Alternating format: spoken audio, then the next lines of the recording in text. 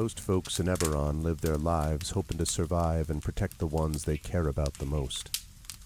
A few do that and more, trying to help those around them, even the ones they don't know. But only one group does all that when no one else can. The King's Citadel. The ones who do the job no one else can do. Eberron, the Shield. A star-forged aegis whose strength lies in their shield, their armor, and their will to keep the Citadel and its mission safe. Merime, the Sword. A Kalashtar bard whose dreams have grown more troubled, the sight of her future grown more dim, but whose skill in battle, wisdom in counsel, and love for her sister and the Citadel has grown even stronger. Tantin, the Brain. A dragon-marked human artificer whose jovial demeanor conceals a deep curiosity, razor-sharp intellect, and long memory, with knowledge of what he did for the last war, and what he can or must do for the next one. Nisiana, the Heart. A dragon-marked halfling healer whose love for her sister is matched only by her desire to help and heal the members of the Citadel, even as the threats they face grow stronger and stranger, and even if she herself can't know where the next path might lead. Rowan, the Wild Card. A human wild magic sorcerer who's played a dangerous game for most of his life. Now he's gone all in to save his friends. But will he have the chips to pay if his bet is called? These 5 elite operatives came together to aid the salvage outpost of Salvation, where the Grey hovers nearby, a threat and a promise. With the Oracle of War, they found an artifact powerful enough to end a war, or begin one. They traveled to Sharn, City of Towers, and started to unravel the Oracle's mysteries while stopping assassination attempts from the Emerald Claw and the Nation of Thrain. They found Sky Blue, the daring thief somehow tied into the ancient draconic prophecy, and stopped the Claw operative Erulin Karnak before traveling back to Salvation and into the Grey to take down the repurposed Conclave outpost, repel a war-forged invasion, and take the fight to the Lord of Blade's secret fortress, Razorcrag. They found an elemental forge of great power and rescued both hostages from Salvation and the maker of the Oracle of War himself. But the cost, and Braelish soldiers and the mighty floating fortress Argonth taken by the Lord of Blades himself, was high. Now the King's Citadel must widen their world, traveling to the neighboring countries of Karnath, Thrain, and beyond. They've saved Salvation, navigated Sharn, and neutralized Razorcrag. But can they learn the Oracle's secrets, unmask the Emerald Claw, and stop a war? Only if they remember that in the end all they have is each other and the King's Citadel. Long live the King. Welcome to Eberron. Welcome to Corvair. Welcome to the world beyond Salvation.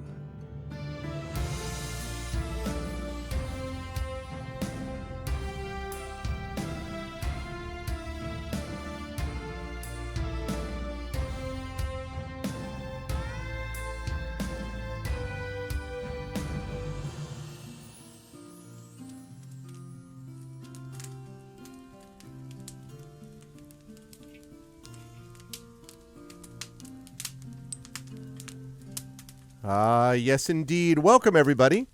Welcome, Arvanauts. Welcome, everyone, as the flames gradually go out and we prepare ourselves for Day 51 of D&D with Infinity and Beyond. It is Eberron, Oracle of War, and this is my Undying Heart. This is Part 3, as we are now in Season 4, The Drums of War. And I am very excited tonight because we are going to be heading to the Emerald Claw Enclave and seeing whether this, as I heard from one of the players beforehand, this new suicide mission actually works out that way. It's the King's Citadel. What could go wrong?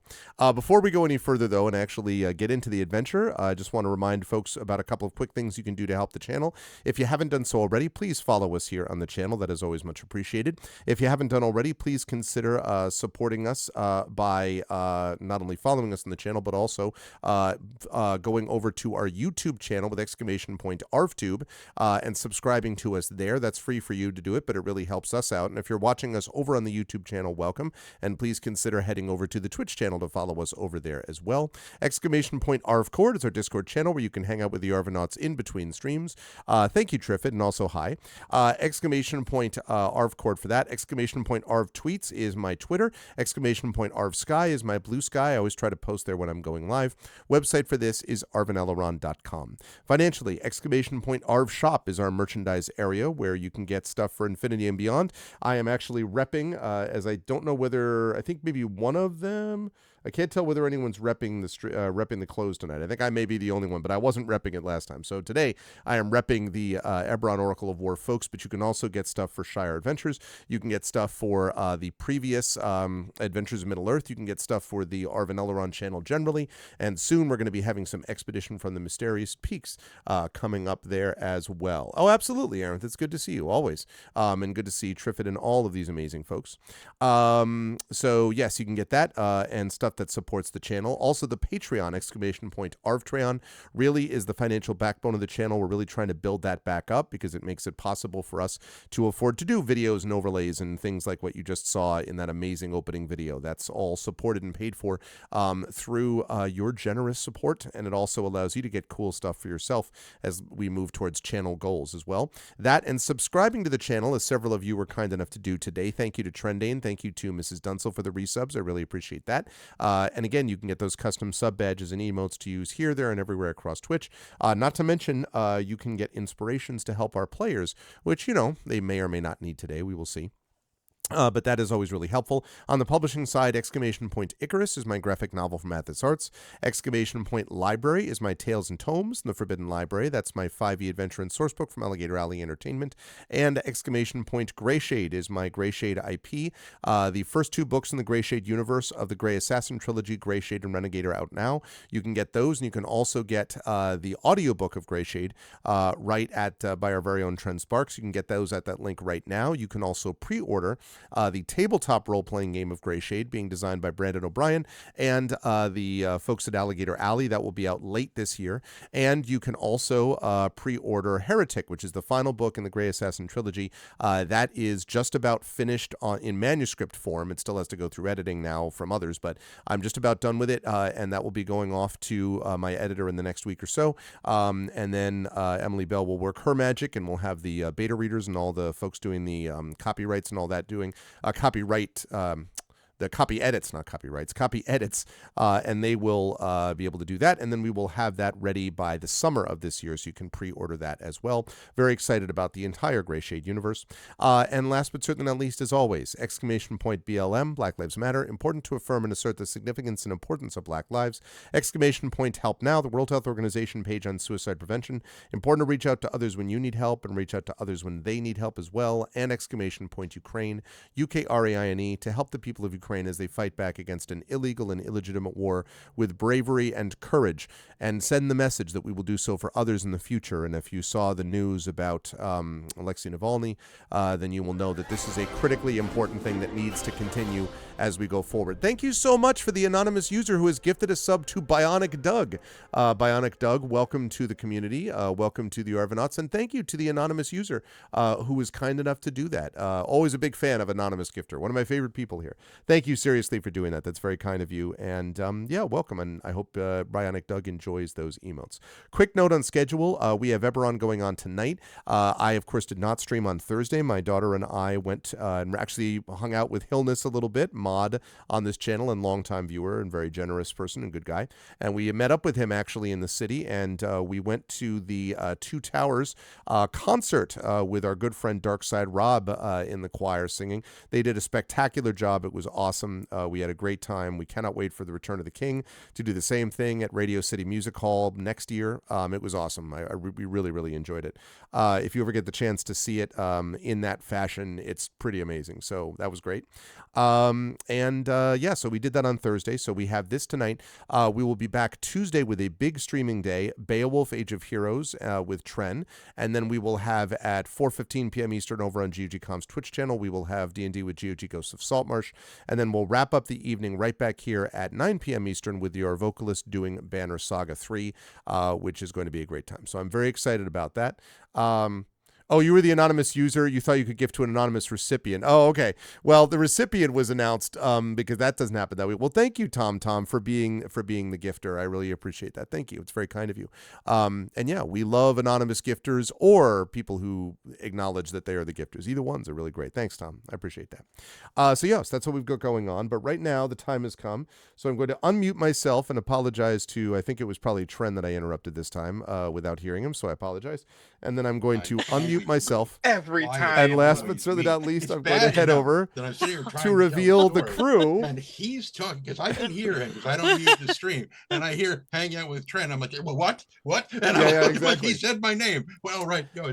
Yeah, several times we had Beowulf. Family story, a deep dark secret from Tren's background. Well, listen, then Tren needs to do that. Know. Yeah, now exactly. You'll never know. Tren is gonna have to take it to DMs, as the kids say. You know, like that's how that's gonna have to happen. You're the DM. Oh no, wait. It is good to see everyone here, and the Infinity and Beyond crew is here and ready. They are newly armored up, and I will start with the. They said they were completely prepared, and nothing could possibly surprise them in what was about to happen. So you see that expression? So that's we totally never said any of that. That's a lie. Oh man, I have to just play it back. Stream with your lies, Greg. I have to play it back with just the pictures of you like this, and then just like voiceover, like, and that's why I think that we'll always envy the no problem. You know, like. And who are you going to get to do that voiceover? That's an excellent question. You know, I might be able to find another person who does some voice acting besides you, Trent. It's possible that I might never do is that. good. Well, Wow. that's a whole lot. I'm just saying. Wow. I know a couple, you know. So does Tren. So you know. I'll get George Ledoux, and then you'll be like, wait, how dare you? I almost went, who? What? She's like, wow. But I will start with the person on the bottom left of the ziggurat, of course, our good friend Tren. Good to see you, Tren. I apologize for cutting off your amazing deep dark secret story. But when not telling deep dark secrets, how have you been otherwise? And who are you playing tonight? Well, to give a little bit of a tease, we were talking about the skeletons in our closet, and I was about to say that some of our skeletons still have too much flesh on them, and just have it flayed from their. But anyway, I decided not to make that particular. Or maybe I did. Whatever. So hi, I'm Trent Sparks. I am, as we've intimated. Yes. Intimated. Never duplicated. Oh wait, we're talking about something else. Sorry. As we're intubating, which is not what that is. Right, I'm a voice actor and an audiobook narrator and that person. And I'm playing this, not so tiny. He's not tiny. He's my height, so he's shorter than, him and that guy way over there. And I have no idea how tall Brandon is, so I just, there we go. Yeah, that's right. Yeah, but he's an artificer named Miatenton Takashaw de Caneth. He is of the House of Caneth, the House of Making. He's dragon marked. He has these glowing tattoos whenever he's working. They never get him into trouble, ever. No, and I can't imagine why that would happen in a place where you're hoping to, infiltrate, without necessarily alerting the entire complex. I'm sure it should be fine. It'll be great. I am excited to see how those dragon marks are not seen by everybody. I'm excited to see how that will actually occur. Aluminum foil. Yeah, of course. But always a pleasure, of course, to have Tren with us, and also a pleasure to have the amazing Marie Bilodeau with us. It's good to see you, Marie. How is everything in your neck of the woods? How's life? I should say that we've had snow. We had snow again last night. Thank you, Tom, for gifting another sub. Thank you to Punching Bag. Punching Bag has joined us, I guess. Thank you so much, Tom. That's 2 tonight. Thank you, Tom. I appreciate that. Thanks so much. So yeah, Marie, we've had snow again. So I was like, it's not the frozen north. It's not Canada, but I felt like a slight bit of kinship with you because I know that, once in a while you get a little bit of the white stuff up there, just a bit of snow, just a touch. Oh, snow. So yeah, just a bit. Yeah, that's a whole other matter. Listen, I don't want to, assume anything. So how's the weather been? How are you and who are you playing tonight? How's the weather been? That's like the favorite Canadian pastime, discussing weather. If we can't talk about weather, we don't know what there is to talk about. And it's been a very warm winter here because it's an El Nino year, so we get the warm current. But we got snow this year. It's like winter found us again, and we currently have at least a foot of snow on the ground. There's piles everywhere. It's very exciting. And we're expecting more. And Carrie decided to take a few days off to celebrate not having to go anywhere in the snow. Yep. Wow, Trent! Yes, here we go, because a few days off, and that meant baking sheet. Like, you're not wrong. So one of us always has to get up even on days off because the cat needs insulin. So Carrie said that yesterday, which was Friday, that I would get up and then I could go to work and then she would take over the kitchen. And I was like, okay. So I vacated. I work in the basement. And when I came back up, I could smell wonderful things. And I was like, this is like heaven. She baked some bread yesterday. So delicious. 2 beautiful loaves. I patted them gently. And she also made banana cupcakes with chocolate chips in them and peanut butter icing. Oh. I hate you so much. I feel the love, and they're so good. Like, my description gives it no justice. No, certainly not. So yeah, so it's been a good time here. Thank you. Life is good, and I am playing the ever popular bard in the party. I am Mireme Hawksmoor. I am a College of Sword bard. I am Kalishtar, so I am psychic, and I. That's a technical term, psychic. It's how it's pronounced. I'm pretty sure I'm French. I know. It is. I'm having a lot of fun. I am looking forward to tonight. I am traveling around with my friends and my sister, played by Jen. And I'm sure tonight will be a lot of fun because, as Greg said, we have new armor. We have pretty much won D&D. And plus, last time, his daughter said that we'd won the campaign. So yay, us, and yay! True. It's interesting. My daughter says many things. Some of them are accurate, true. And so yeah. Many people in the chat will remember that happened on the record. We were on camera when it happened, so that makes it true. That makes it true because it's on the record. I see. And you do want to support and encourage your daughter, don't you? Absolutely. I think it's it's very important to support my daughter. And to also establish good foundation by setting limits in terms of what things she's at liberty to control and not control, and that's an important thing to recognize. She's doing her homework up here. She's like, "Hey, stand up for yourself, girl! Woohoo!" Also, hi to Thordex Mommy. It's good to see you. And thanks, Maria. Always a pleasure. Also, a pleasure to have the amazing Brandon O'Brien with us, and I say amazing because not only are we talking about an esteemed poet, and an esteemed game designer, and an esteemed role player. But also, I believe that Brandon is either just about to or has recently completed the Tin House workshop, which is a prestigious workshop for novel writing, which means we may have a new novel in our future from one Mr. O'Brien in the not too distant future. Can you confirm that these things are true, Brandon, and that you have an awesome novel on the way? And who are you playing tonight? These things are indeed true. Tin House is actually still ongoing. It ends on Monday. Okay. Our workshop session, which I keep forgetting to actually tell folks, the teacher that's leading our workshop cohort is Molly McGee, the author of Jonathan Abernathy, You Are Kind. Mm-hmm. and they're brilliant. And every time that we chat about the stuff that's going on in our workshop, like everyone in that group is brilliant and amazing. And in the Slack that we started for Tin House, they asked if we wanted to make like affinity groups for any.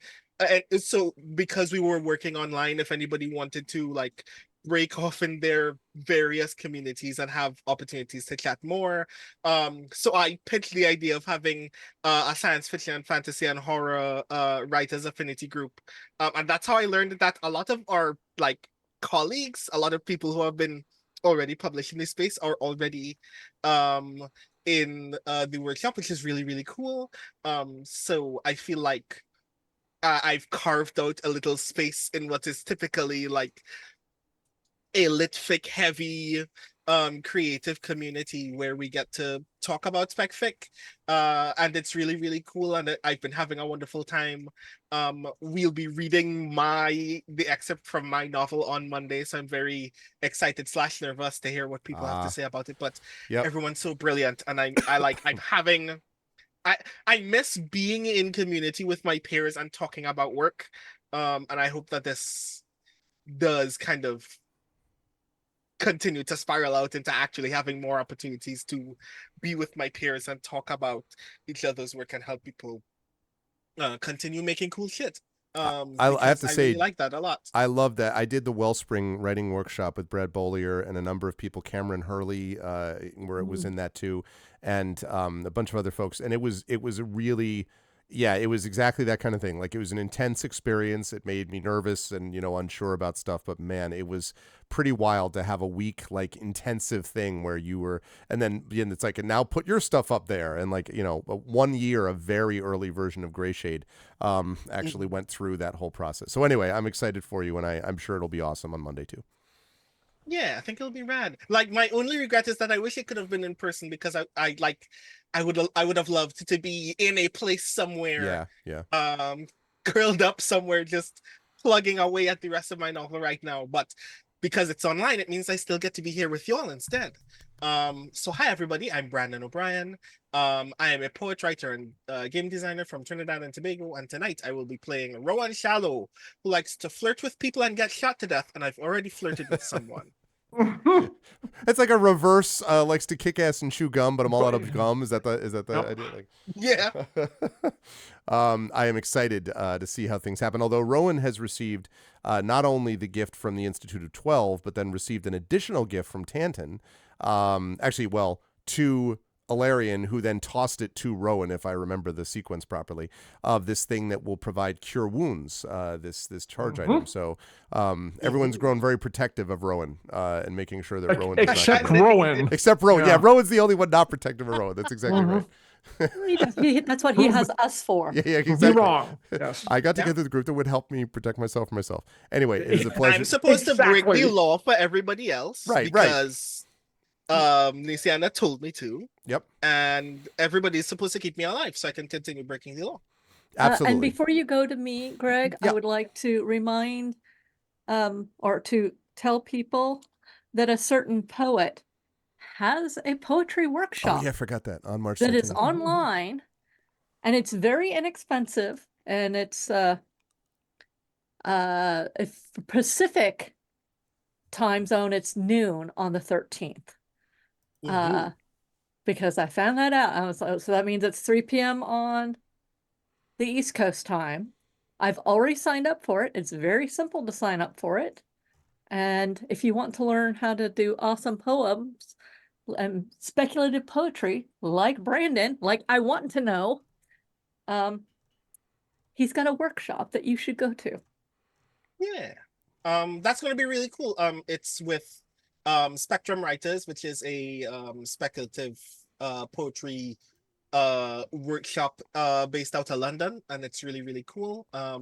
I am very excited to talk to people about writing speculative poetry. Like Thorlax Mommy, who says that their poetry is awful. I don't believe you. Yeah, I can confirm that you should not believe it. Yeah. And can confirm. I've known them for like 30 years more. They're wrong on that. Yeah. Absolutely wrong on that. Yeah. Fail. You have no opinion about yourself. All right, Thornex Mommy? You will tell you whether your work is... Well, I guess Thornex Mommy better take the class. So I know, right? Brandon can find out for himself. Oh my goodness. All right, I'm gonna go over to Jennifer in a minute, but first, Catabasis, what is up? I have not seen this guy in years. So Catabasis is the guy that got me streaming in the first place, 12 years ago or so. And it's a long time. What? Say again? Nothing. What? How possible? Good to see you, man. I hope you're doing well. I do think of you a fair bit on and off as I go through various things on Twitch, milestone wise. But yeah, Cato was the guy who first got things started for me way back in the time. So yeah, it's good to see you, man. So yes, which leads us inevitably to the amazing and awesome Jennifer Brozek, who has got, and I quote, a bunch of stuff to tell the peoples about. And so I will ask Jen to please tell the peoples about the bunch of stuff and then who you are playing this evening. Well, first of all, I'm Jennifer Brozek, author, editor, media tie-in writer. Last week was an incredibly big week. So I had 2 releases, one as an editor, one as an author. And then I was also interviewed by Productivity Alchemy. And I got to type the end on the rough draft of my next Shadowrun novel. Yay. So all that happened. And I've got a bunch of, I'm going to give these links one by one because I don't want to completely spam everybody. But I'm very excited about it. Productivity Alchemy is run by Kevin Sunny, who is Ursula Vernon's husband, who is very awesome, a lot of fun to talk to. And he has a cat who decides when things are done because, oh wait, that did not actually do the link. Because a cat at the end of our hey, Draken. Our interview decided to turn off the power to everything.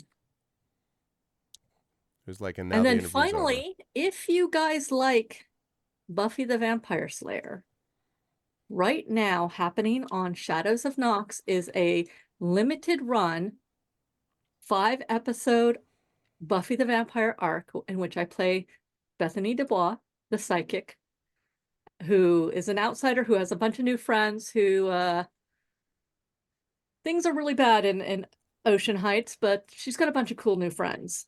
And remember, everyone, Mother loves you.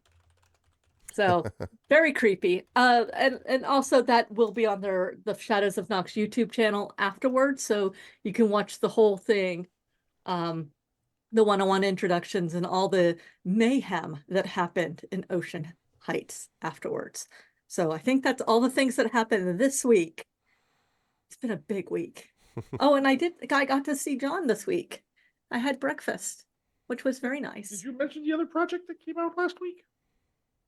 99 Fleeting Fantasies? Yeah. Oh, that's I didn't name it by name. The new book is Shadowrun Auditions, my young adult YA. The anthology is 99 Fleeting Fantasies that has amazing people like Wale Talabi, Charlie Strauss, Sean McGuire, Crystal Fraser, Marie Bilodeau, just an amazing group of people. A song that goes 99 fantasies rolling in. I'm sure that's not true. Not quite. Wow. But, Not that one. Wow. I see you read it. That Note to self, don't hire Greg for promotion. Okay, gotta jot that down. Do you want something to accompany your 99 lift balloons listening? Have I got a book for you? So basically what I'm telling you, I am in very serious novel brain right now. Like I've just finished it, the rough draft, but I already can see all the things I have to fix now in the next 3 weeks before I turn it in. So if I forget something, poke me and don't just, because things are, my brain, it is full right now. But I'm very happy to be here. I'm playing Nisiana Di Jarasco, the halfling healer from the House of Healing, who is not particularly thrilled about going into the heart of the Emerald Claw, who has a shoot the healers first mentality, and her dragon marks are like giant 10-foot wide dragon swirling around her head for 10 minutes after she starts healing. So yeah, it's you not know the like, flag, "Here there be dragons." This one says, "Here there be healers." Like just right yes, shoot me down. now, Yeah. shoot me now. Yeah. So, and she has a secret mission, which That's true. I'm I'm really afraid of the secret mission. She hasn't told anybody about it. She won't until she has to, if she has to. We'll see. Because rules are meant to be broken. I can already tell that Aunt Ulara was once a hellion as a youngin, so she'll forgive me if need be, because she's already forgiven me once for picking her name and using it for my own purposes. Well, King Citadel purposes, but I very much enjoyed that scene with her. By the way, Greg, I did too. It was enjoyable to see Nisiana's like interaction with this legend, and her, and all that was really cool. So yeah, so I'm really happy to be here. There's so much good stuff coming out from all of our friends here. I mean, I'm very pumped. I mean, Marie, your book series, you didn't even mention it. No, it's a close books. I have a book. I was It's waiting physical. for that one. I put it up here specifically to show it off. Okay. We're too cool. We have too much coolness going on. Too much coolness. That's exactly what it is. Overdose of cool. But congratulations on all of that stuff, Jen. Okay. It's good stuff, and I am excited to see how Nisiana gets into things tonight. And last but certainly not least, of course, the awesome, amazing John Helfers is with us here as well. Good to see you, John. How is everything on your neck of the woods? I know you don't know anything about Shadowrun stuff, or has no connection with any of that work, but all that. But how's life been with you and everything? And who are you playing this evening? Back from my whirlwind trip to Seattle, actually. Just there for the past 2.5 days. Yeah. Which was good. Saw Jen, took care of some business, took care of some personal business. It was good. It's all but came back like in stream from the comfort while in quarantine of my own home. But I am currently COVID free, so that makes me feel good. It's been good. It's been good. February is flying by. It's kind of ridiculous, but yes, stuff coming out. I'm also involved as the managing editor of Pulse Publishing, the publisher that put out 99 Fleeting Fantasies. Very excited about that book. Jen did a fantastic job. The authors, the stories are amazing in it. Just little bite-sized snippets. Each story is under 1,000 words long. That was the whole point of it. And yeah, it's really a great collection. And then yes, also Auditions, which collects her lead up to the novel she just typed the end of, on that draft recently. So that's like kind of the pre stories that get you into what's going to be happening in the Mosaic run. So also very excited about that because I happen to be the executive editor on that line too. So yeah, busy, lots of stuff going on. Yes, but we're here to play D&D. So I am playing Alarion, a Starforged Aegis. By the way, I think I have to adjust my armor hit points should be 48, not 47. Doing the math oddly incorrectly, and so that extra point could be vital later on, especially tonight. The 47 Reaper that I had at the door of the next place is just going to be so disappointed. So disappointed, yeah. Sorry to have to, You told me he had 47. I raised his hopes, then dashed him quite expert. So, yes, but no, looking forward to getting on with it right into the heart of the Emerald Claw. Yay! It is going to be good times for everybody, and it makes perfect sense then that we get into and talk a little bit about what happened in our last session. The King's Citadel, folks, has traveled.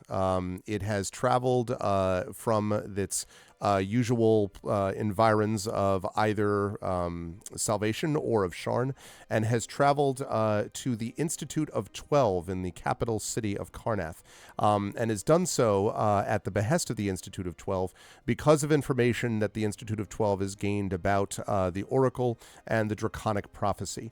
The Oracle of War, which is, of course, the thing that has brought everybody here in the first place, has been one of the catalysts to the latest conflict between between the nations and among the nations.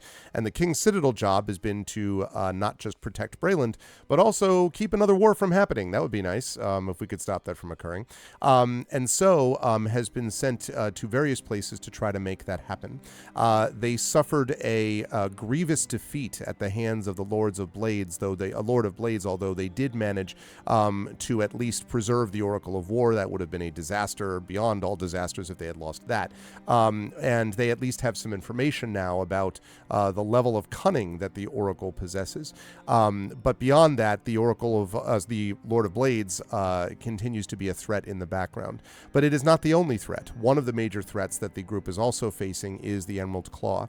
And when the group was summoned to the Institute of 12, they learned several things. First of all, they learned that this enclave is where a group that had been working with Solring Moranin, the maker of the Oracle of War, he had been forced under duress by the Lord of Blades to make a second oracle called the Oracle of Bones.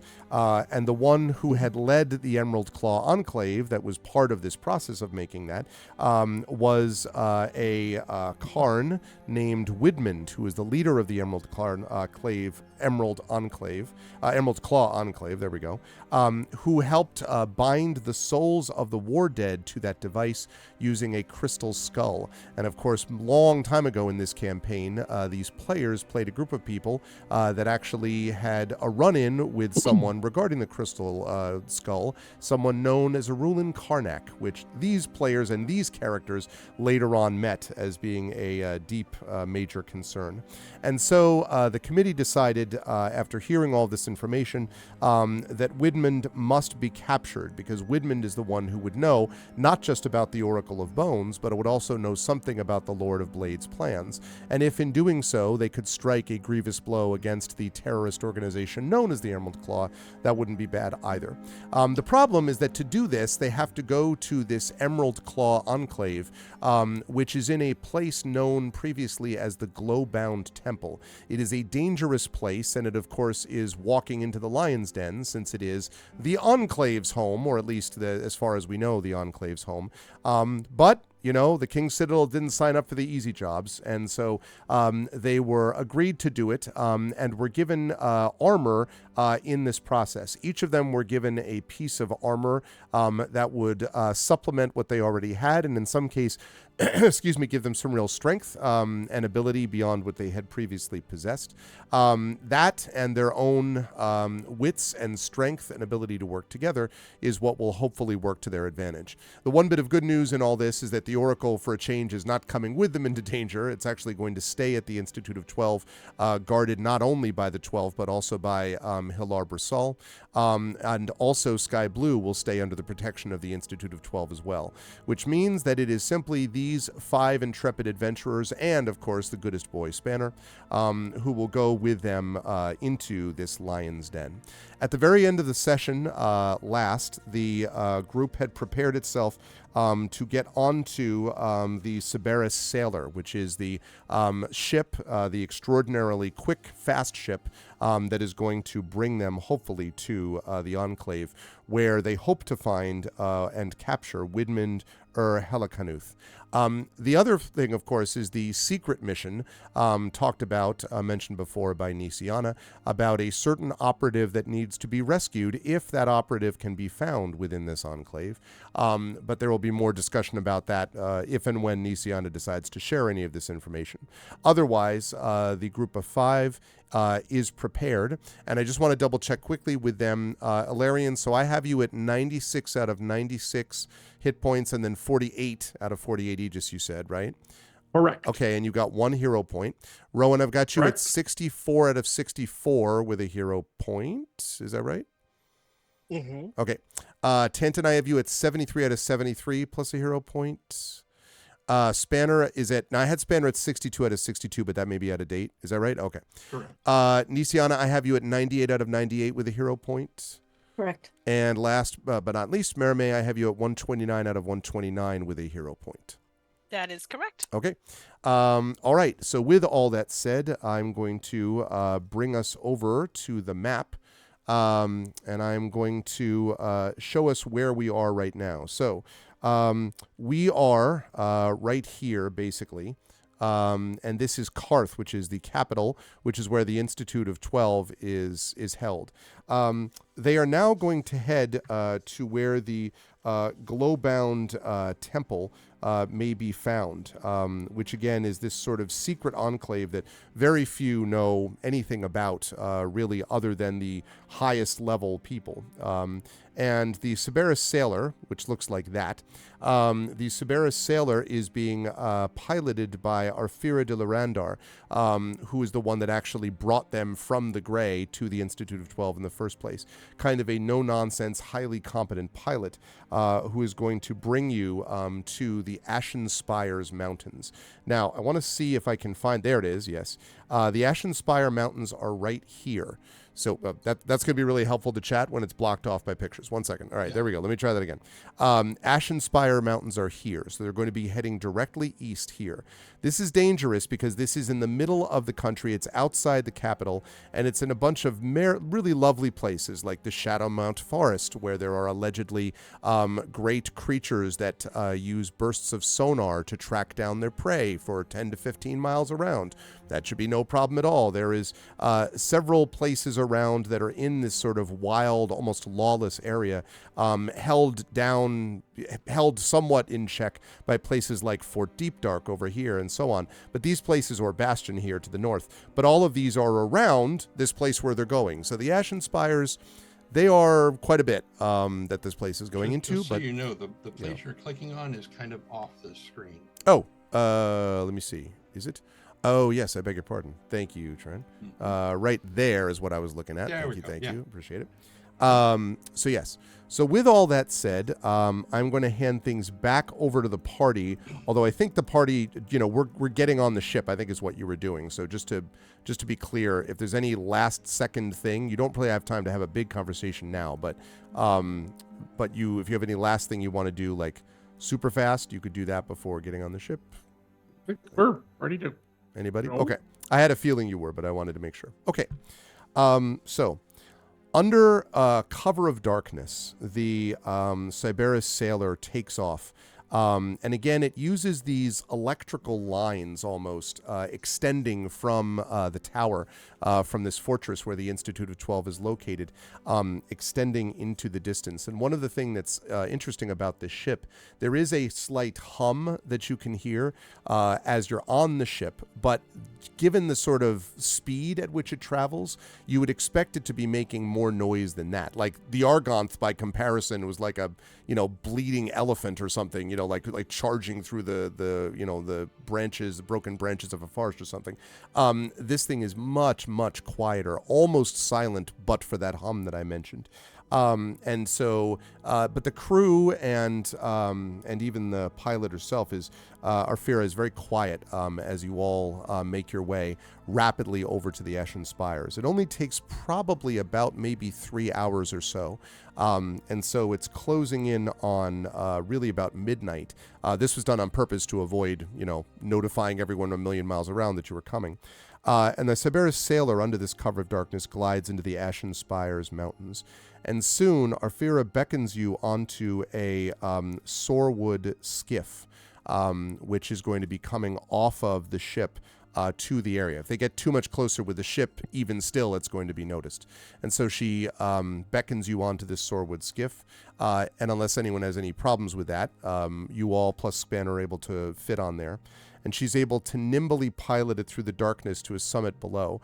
I should mention that I think it was Tanton, I want to say, I'm trying to remember who was piloting it when you left the complex, the skiff, when you left the Razor Crag. It was him or the inventor guy. Well, that's right. And so I think it might have been a combination because Tanton had helped Soul Ring to get the thing running. It. Okay, so Soul Ring was piloting it. So Soul Ring was not a terrible pilot, but man, you sort of know the difference now between someone who's like I dabble in piloting, yes, and someone who's exceptional at it because Arphira pilots through the darkness. And there are several moments, Rowan, where you're standing on the edge, not right at the edge, but there, and you can see at several moments what looks like basically like a mountain, like the side of a mountain, like a cliff, pass like 15 feet away from you, and you're kind of like, this because she's so expert at it that she's able to guide you in between the mountain passes, far too narrow for the Cyberus to have gotten through. And she brings you finally to this summit and lands there. And as you step off the skiff, she hands you a small wand-like tube. And she says, the temple's entrance is just over the next ridge. When you're ready for extraction, you need only find an open space outside, hold this aloft, that tube that she handed you, and speak the activation phrase, Night Spark. We will be here among the peaks and wait for your signal. May the sovereigns be with you. So who's taking the tube, just to be clear? I will. Okay. I'll put it on my list. Okay. And don't It is forget that a- phrase, that Night Spark. Yep. Putting it down. Okay, so tube, retrieval tube,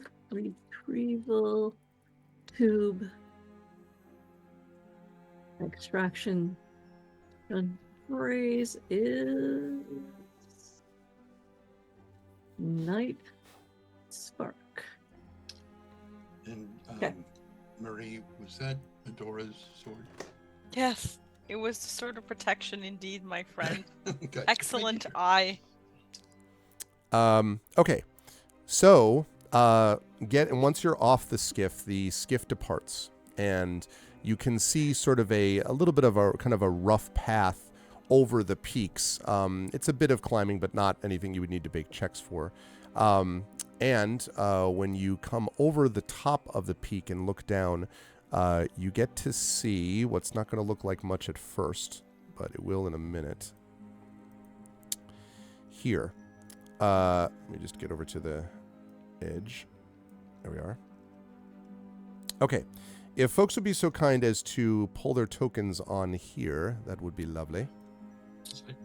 All I see is blackness. There it is. Okay. I'm just zoomed all the way in. That's the problem. Yeah, I'll probably zoom out a touch, actually. I like how large we are starting off. This is a good start. Oh, yes. Arr. That's all entirely to scale. Oh, No, it's not. huge. Not actually to scale. Except for Perfect. Spanner. No. What is it, a chihuahua? Okay, hang on a second. See, I was busy whittling down the spikes on his back so that when you sound like start riding him, I think you took it a little too far. Yeah, a touch. Little spanner. He's now portable for Yeah. portable spanner for your convenience. Pocket size. He'll fit in the bag of holding now. Yeah, exactly. You don't even have to check baggage. Like you just put him right. But in. he sounds like Dino. So That's funny. Okay, let's put that there. And right, let's shrink this to a recognizable level. Okay, actually, Spanner is actually a lot closer to scale. Actually, just to be clear. All right, and I don't see a Rowan here yet.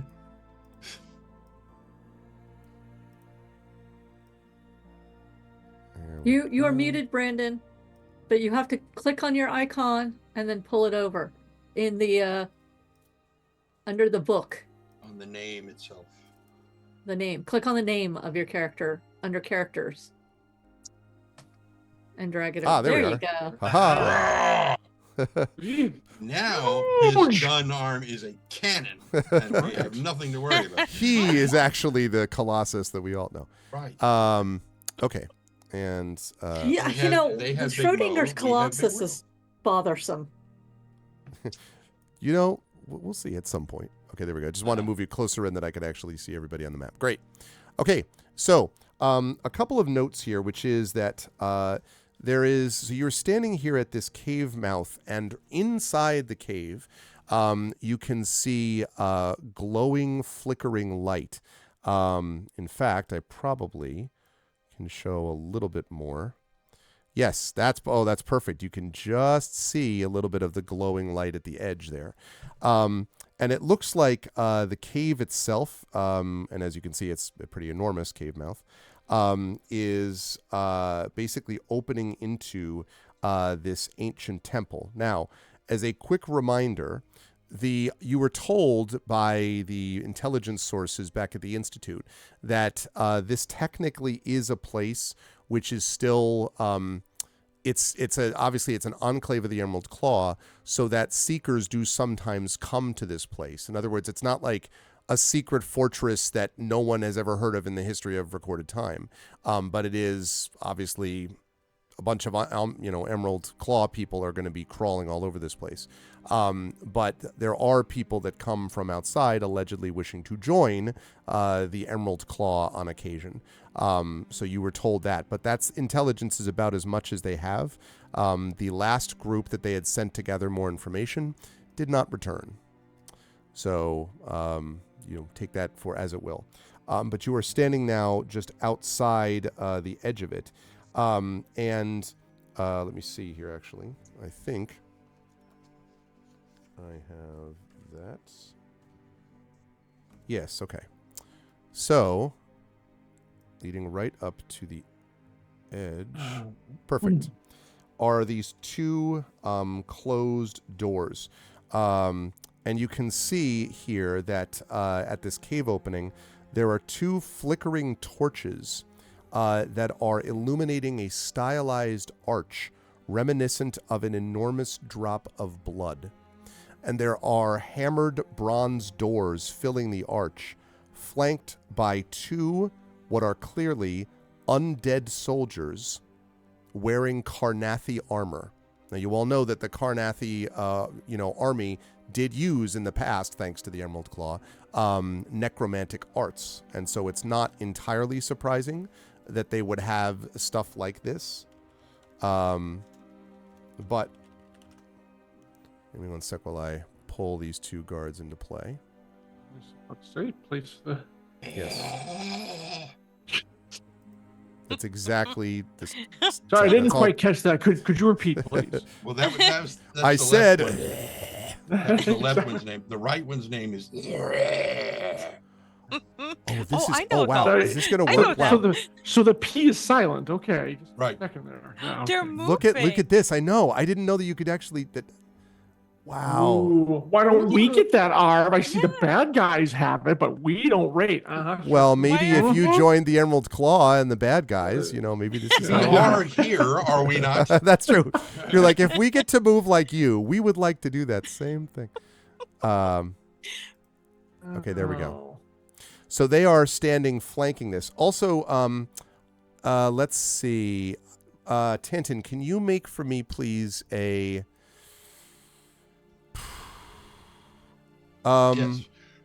Yes, that's exactly the check I want you to make, is a check. Can you make just an intelligence check for me, please? You can do this. No. You can do this at advantage. Okay, sure. At avantage. 19. Okay. You're pretty confident that what is behind the undead soldiers are these two torches that are flickering, and clearly, I mean, you just looking at it quickly, you can pretty much tell that they are not burning down and sort of reducing. So you would guess that these are probably ever-burning torches. I mention that because those are the predecessor to ever-bright lanterns. And you did some work, a little bit of work, like, it wasn't like your primary thing, but you did a little bit of work in House Cannith on ever-bright lanterns. What that suggests is that this is a considerably older complex, if they're still using this, like, in quotes, technology. They work, but they're just, they're not as, like, efficient as an ever-bright lantern would be. So... but this is what you see. They do not appear to have seen you yet, but the doors are closed. And there is also, you can see, one last thing I should mention is that over the top of the arch is what looks like a largely worn away phrase. It may or may not be discernible if you got closer, but obviously the minute you get closer, they're going to see you. Thank you so much for the sub, Hillness. I appreciate it, man. Good to see you. 80 months of support, my goodness. And it was good to see you at the Two Towers concert. It was a good time. So yes, they have not seen you yet, but the doors are closed, and so now you must decide what you will do. Well, and I've got everyone linked up. They have supplicants coming in. Could we just talk our way in? We could try if we give Rowan the proper disguise, and at that, Alarian takes out the green emerald claw mask they have been carrying since level 2. This is why And you hands hoard it this to stuff him. for this reason. Y'all call them hoarders, and then the end of Final Fantasy, you use it against the boss. Yep. That's why you do this. Okay. Yep. And hands it to Rowan. You don't have anything that, is perhaps more flattering? They just look at you. You don't want to wear the cloak thing that we got. Actually, do you? He probably does. You. Is it covered in blood and or viscera? I don't think so, actually. It came off of a Warforge. Or a mage, a Warforged mage. It was Fine by me. relatively clean. Yeah. Not Alright, being I- recognized is ideal, I imagine. Yes, I but put it's on the still mask made and- from human skin. Well, That's what I meant by viscera, if we follow you and you can talk your way in that you're bringing us as new initiates, then might be our best way of not having to fight our way in and draw attention. It works for me. I'm buying the most expensive soap that money can buy when we leave this. Okay. I put on the skin suit. The entire time I'm maintaining direct eye contact with whoever had it in their backpack for days up to this point. That would be Alarian. Mm-hmm. Who's not exchanging Yeah, his you just had expression. untreated Wait. human flesh rotting in a Oh, bag. yeah, you're right. I did have the mage robes, didn't I? It's true. Okay, good. I get rid of that too. I'm just lightening my load by a ton. I don't know that I Awesome. recall this being a full skin suit, It's incidentally. not a skin suit. Yeah, it's I It think is he's now. exaggerating a little bit. Yeah. I thought it was a leather mask, and a gray. The mask is the leather mask. Yeah. Hmm. Okay, just want to be clear. Okay. It's made from human skin. Shadow Mage says the first thing you heard was Brandon saying, I put on the skin suit. Exactly. What's up, Light and Passion? Okay, Rowan. And I slowly advance. Okay. So when you get to about there, that's a good spot. These two sort of come up this way, rather uncomfortably close, actually, and they just sort of stare at you, and you can see that they are, as mentioned, clearly skeletons. There is a red light that is burning in their eye sockets, and one of them says, "What is your business?" We'd be following him. Yeah, you can follow. I assume. Okay. Yeah. I guess I'm not gonna have it at the ready. That would be a little suspicious.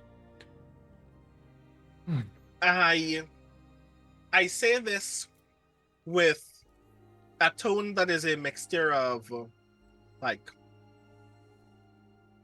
stern confidence and extreme devotion. When I say, I bring new acolytes for our cause. And there's a pause, and one says, "Then these are seekers of the blood of all." Yes. And they look at you, and they kind of walk up close to you and stare at you with glowing eyes. Make a deception check, Rowan. Oh, grand deception, you say? You have a bit of ability in that, as I recall. Yeah. 14. They sort of look you up and down, and then they say, "These others are prepared to take the oaths." And they kind of look beyond, like past you at the others. I chuckle bitterly and reply, "Perhaps not ready, but willing." And they both sort of nod at you, and they say, "Then as foul wishes may doom await you." And they turn, and they go back to the doors, and they face the doors like that. And then they both raise their swords at the same time. And as they raise their swords, the doors open fairly quietly. Those swords don't look like anything particularly special, do they? What do you mean? Well, they have these amazing little universal remotes in the hand. Right. That open every... Glowing when they did that, or they're ornately special, or they whale or something. I don't know.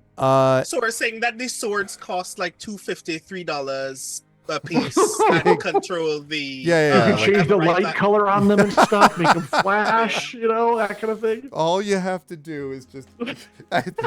They both pull out these remotes, and this is an internal convo that we had before the stream, Chad, and it was very funny stuff. Anyway, you all are very clever and witty, but it will not save you.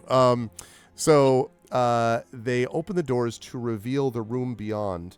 And if you are not mistaken, as they sort of step to the side, hold on a second, there we go. As they step to the side, if you're not mistaken, Rowan, you think you see, and probably the others shortly thereafter can see, what looks like a large trough in the middle of this room beyond that is stained red with blood. So that should be fine. Grand. And the doors are now open. As I mentioned, there is an inscription of some kind over the arch. If you want, you can try to take a look and read it. It's not easy to see, but it seems to be something written in common. So any of you that want to try to read it can. Friend and enter. Yeah, exactly. Okay, Melon. No. Since I am, oddly tall, I will try because I am the closest to it, literally. Okay. Because I want to also observe the door, but for separate reasons. I want to know what about the swords and or the door led to that interaction that opens the door. I see. You don't know. It's a little bit hard for you to tell, Rowan, from your position here, whether there was. So there's no one obviously on the other side of the door, like waiting to open it. Although there is a person in this room who I will describe in a moment. But you don't know if it was that. But it may have been that they were triggered to the swords themselves, because it does look to you as if the swords are made as well of a kind of maybe bronze infused metal. I mean, bronze, it's not an amazing weapon material, but it can functional that way. And so there may have been some resonance between the swords and the doors, if you had to guess. But they didn't touch the doors with them. They just raised them in front of them, and then they opened. As far as over the top, what you can make out in common, Ilarion, is Seekers of the Glow-Bound Temple. Is what Perfect, that's what we are. And that's the only, yeah, exactly. What we've always wanted to be. Okay. I mean, it's a little on the nose, to be honest, but all right, if that's how they want to play it. Mm-hmm. Okay. So, hey, Greg, can I have just a very quick question? Sure. We're going in to grab this dude, and this is supposed to be a stealth mission, right?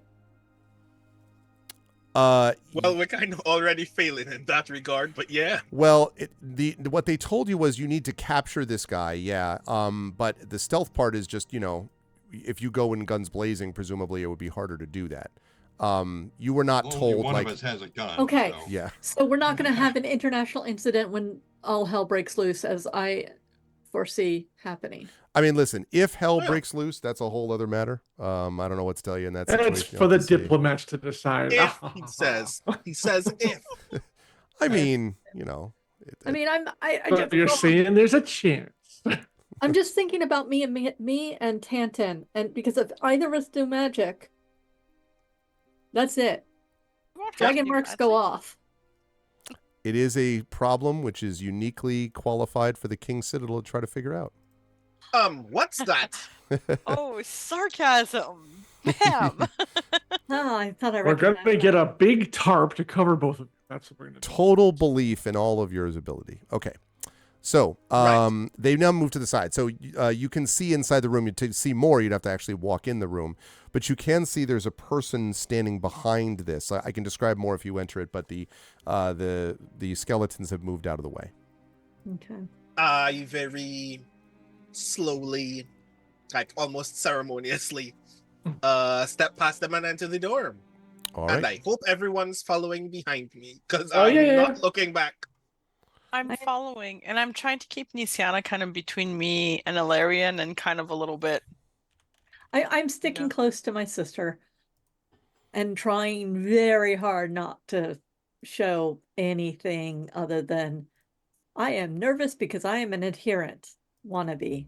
Not that this stuff is just the grossest thing ever. I mean, exactly. That's right. You know, this is all I've very seen normal worse for you. in the You've seen gray. worse. I've seen worse in the gray. I've seen worse in the gray. I've seen worse in the gray. I remember our first adventure. I can do this. Tell me this matches the contents of the big stone pot in Conan the Barbarian. Right, exactly.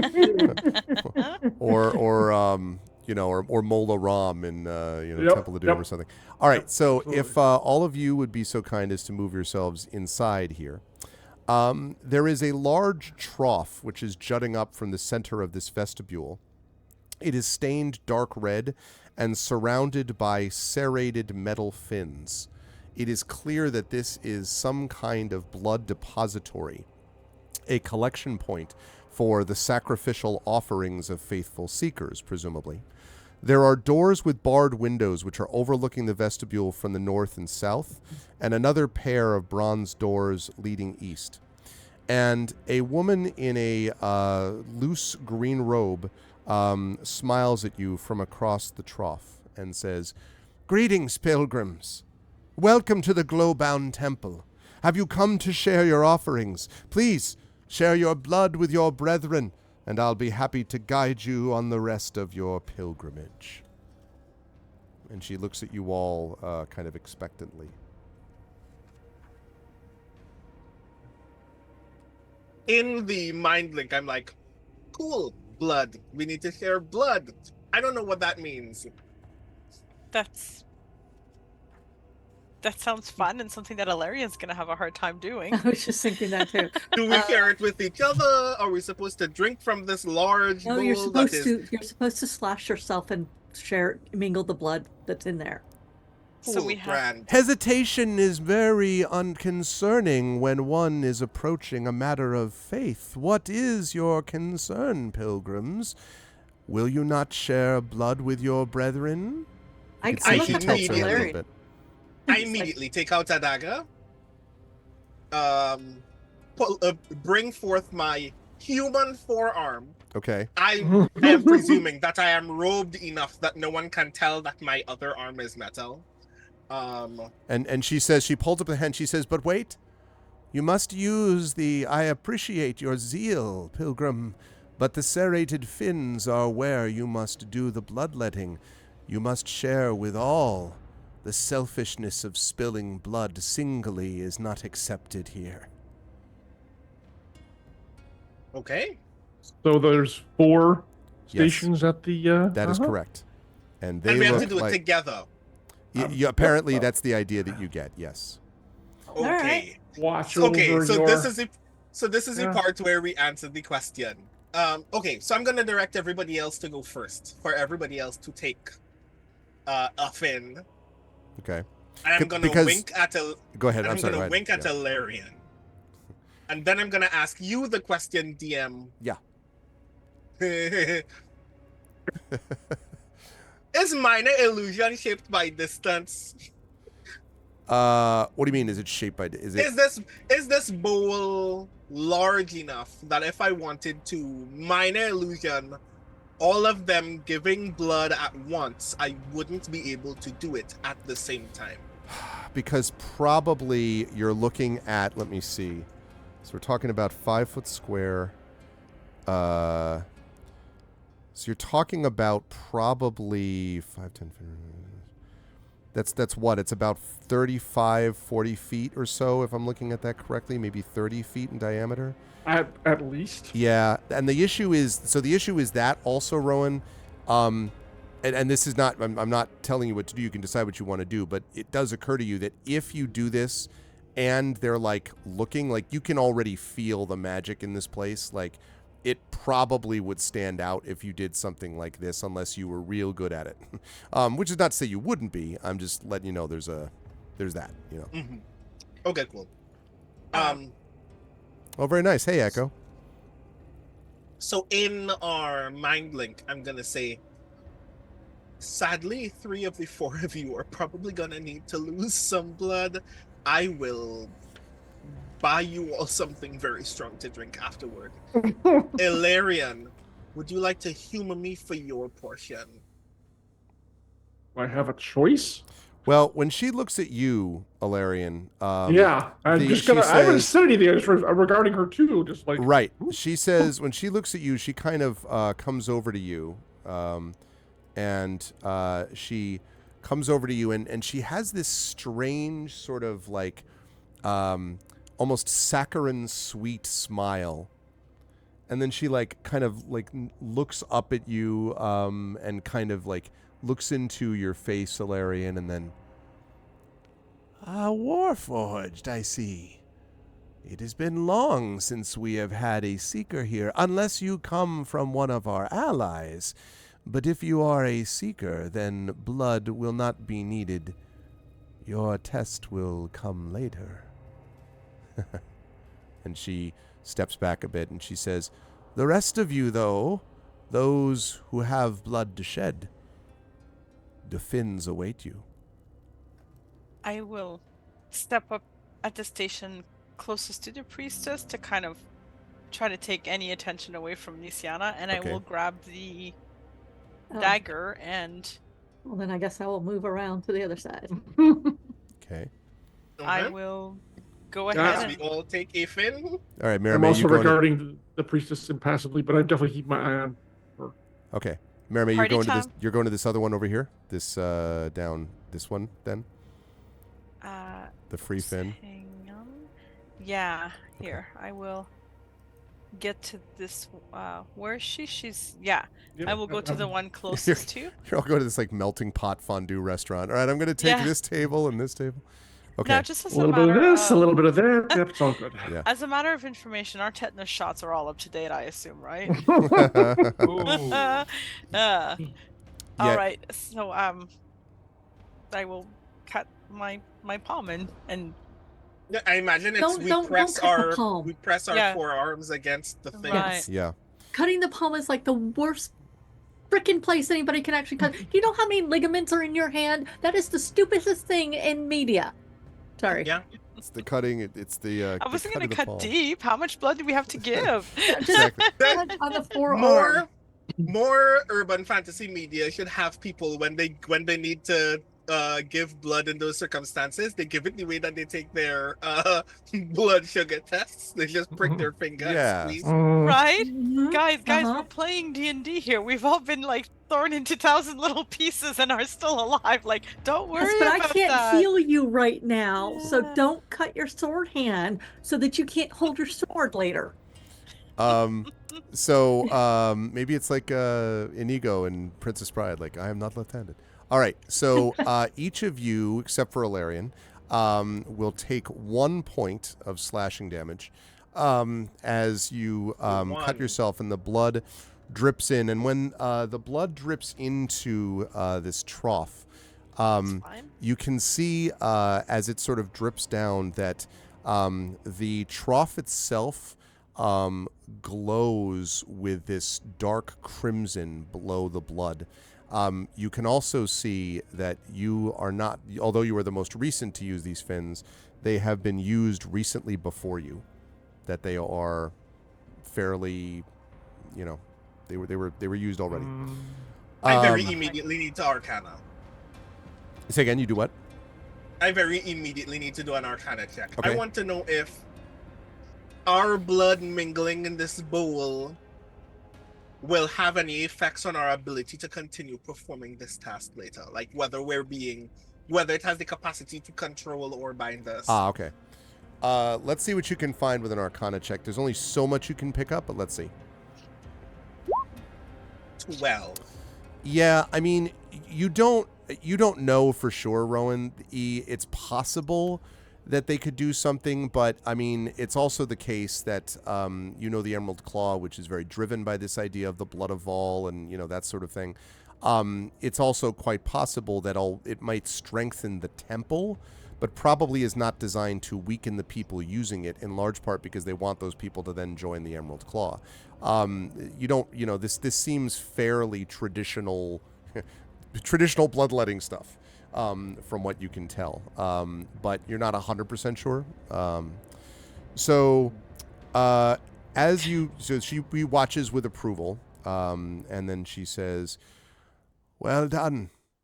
I am Hadriana Dane, and it is my job to bring you through this pilgrimage. I can bring you to the rest of the temple to learn and reflect and pray."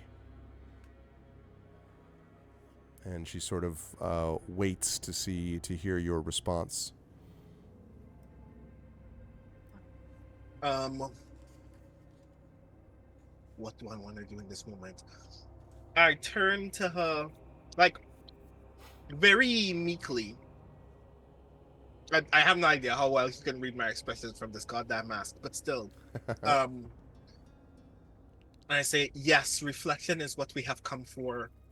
My guests seek to learn our ways, but I need to test their will first before we can continue with our normal rites. These seem of weaker fortitude than most. And she kind of nods slowly and she says, "I am pleased, brother, that you have taken this course. Who are you, by the way?"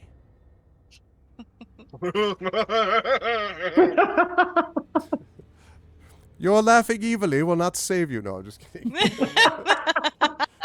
She doesn't say that. I don't quite believe you are actually laughing evilly. God. Do I know that there are other temples like this one? Yes, Elsewhere? although you've never been in one. But you do know that there are other temples like this. This is probably the most well known, but yes, there are others. Right, yeah. God, I have no idea how this is gonna go. You can say you're from Salvation or in the area. I mean, no, yeah, because I'm essentially gonna go. I've never been to this temple I haven't been to this temple in quite some time, so we haven't met. But this was the closest to where I met these wanderers, and that's why I decided to come here to the greatest temple in our enclave, so that they may truly discover whether this is their ideal course of action. And she sort of pauses and she says, "So then you have undertaken a long journey to come here, I suppose." Quite a long journey, in fact. But I'm glad to be back at this, our greatest temple. Admirable. Admirable. The stink of the outside world is troubling, and it is good to smell the blood of our own again. Admirable. Make a deception check, Ron. Jesus Christ. Got this. Oh, that's gonna blow it. Ah, she draws her. She casts a spell. Don't forget, everybody. Inspirations are a thing. Just saying, inspirations exist in the game. You got this. You got this. Tides of chaos. I'm trying to keep track of all of the things that I want to immediately do if this goes wrong. Yeah. Deception, you said? Yes, please. Jesus Christ, that was a 9. I'm immediately Tides of chaosing. Stop sweating so much. Like the mask is sliding off the face somewhat. I'll step up beside him, seeing that he's kind of floundering a little bit, and I'm afraid that he might just cast Fireball. I mean, it is this go-to. It's a boring conversation anyway. We have company. I am going to step up beside him, and what did you say her name was? Adriana? Her name was Hadriana Dane. Hadriana. Yeah. What would be an appropriate name for someone like that? Like, a title like, well, from what you would guess, like you had mentioned the possibility of something like priestess. I will say, in a shameless self-plug that, acolyte. I can imagine worse. Acolyte. Oh, that sounds like, tell us more. Okay, if you'd like to know more about acolytes, please see the so I Exclamation will, point Gracian in the chat. I kind of step up right away and say, Acolyte Hadriana, we have heard a lot from your brother here, but we wish to hear from you as well. I do. Tell me of the power that you have found here. Tell me of what we may find here as well. What purity of it might be discovered by following this path. And she comes up to you again. The notion of personal space does not seem to be very, and she kind of... I'm French Canadian, sort don't of worry about it, it's good. She comes up and kind of is like, yes. You wish to know of purity then? Purity of blood, perhaps? Do you miss purity of blood yourself? Have you found the outside world to be filled with defilement? With defilement and untrustworthiness and the unknown and a stench that doesn't seem to want to leave. Yes, I have found the outside world to be lacking. That is a most wise course. And she is kind of walking around behind you, Marimé, as you're doing this. Anyone who's seen the, I'm thinking about this because I just saw this, the Two Towers scene with Wormtongue walking around Eowyn. It's very much like that, right? Just sort of like walking around, and she says, "You are right to be concerned. Eventually, when we rule, it will be purged and made clean, but until then, the filth must be washed from us when we come here." All right, Marimé, make a deception check for me. Okay, let's see. Between Rowan and I. Okay. Oh, I have black dice today. 23. 23. She sort of, so she kind of waits and then says, "Very well. I imagine, brother, that you have faced some uncertain trials that have caused you to hesitate. May you find the wisdom, stability, and understanding that awaits within." And her gaze kind of lingers on you a little bit uncomfortably long, Rowan. And then she turns, and as you saw the undead soldiers do, raises her arms, not a sword, but arms. And the doors open to reveal something pretty impressive. Because what you see in the next room, as I move over He's so an chat elder can see, brain. A large skull? What the? that is exactly what it is. A large crystal skull? In the next room, the room's ceiling rises into a dome that gives the chamber the feeling of a courtyard. And dominating the space is a 10-foot tall skull pieced together from thousands of blood-streaked bone plates. In front of the giant Ew. skull is a padded kneeler, and a smaller, human-sized skull set on a pedestal. A series of cells for individual contemplation, apparently, line the north and south walls, and double doors are centered on the east and the west walls. And she enters through here, and she says, "You may follow." And the may is like, "And you better do that now," type of attitude. Ain't no question or request. Mm-hmm. Mm-hmm. And she says, "Here is where our God can communicate with us. Deep are the eyes and vision of those who would seek him, but deeper still is his vision into their hearts. Now that you have given of the blood, you are prepared to give something of yourselves in contemplation of what is. Your prayer awaits." And she gestures to the cushion, the kneeler in front. I immediately, I'm obviously performing a kind of emotional overwhelm that immediately draws me to kneel. But I'm mostly doing it in the hopes that she will see it, go, "Ah, yes, you are an acolyte," and leave. Mm-hmm. So you do that.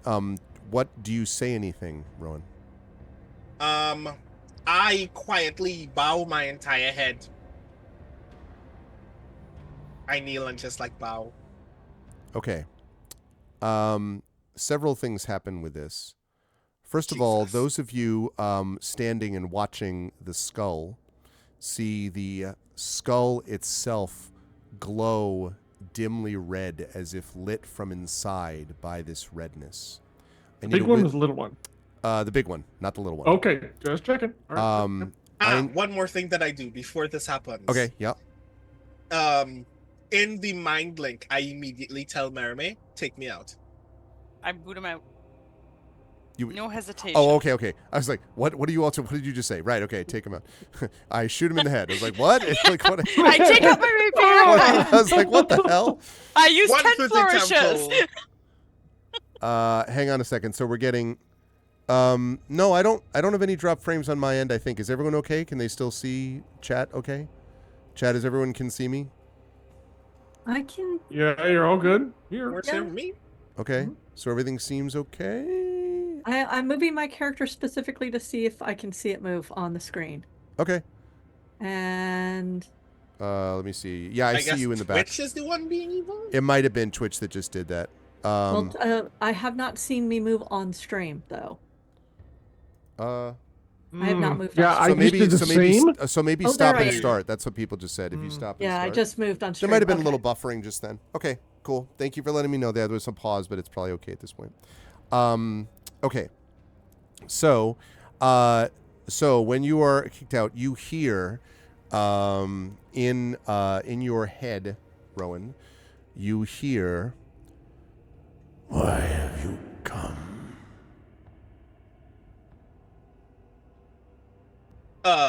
We're just passing through, friend. We mean you no harm. We just are on our way from one business to the next.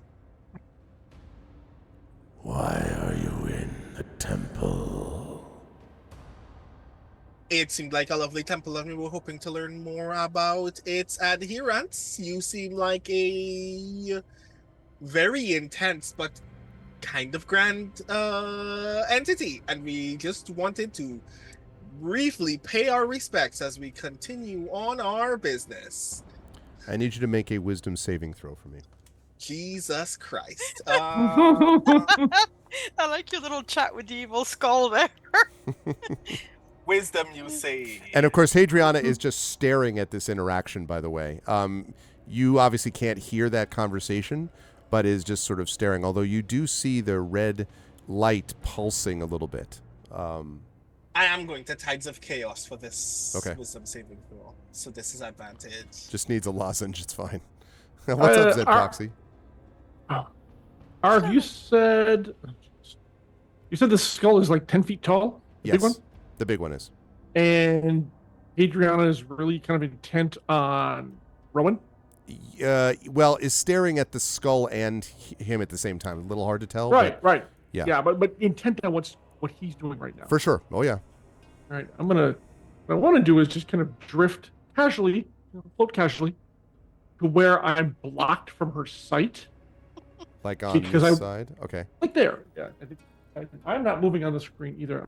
I see you. Duck out. Okay. And once I'm out of her sight, I want to load my heavy crossbow.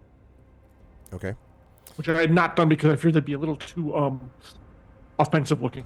Okay, so you do that. Rowan, you're tides of chaosing this, you said? There we go. I did, and my roll is a 7 and a 20. Okay. Nice. So we're looking at a 20 here is what I'm hearing. Yes. Okay. So there is a moment where, a sort of terrible moment in a way, where you hear sort of this kind of, almost as if it were right over your shoulder, like a breathing over your shoulder, but you resist the urge to kind of jerk around and kind of like, and then there's a slow kind of, almost it feels like a withdrawal of presence. And it says, "You may continue, seeker of blood." Thank you kindly. I hope you have a wonderful evening. And then you could stand if you wish. You're like back in the room, so to speak. I stand and pretend to weep. And Hadriana says, "What have you seen, brother? Have you been gifted with a gift? Have you been granted a gift from the god?" Merely the Great One's sight is gift enough. "So it must ever be. I rejoice with you."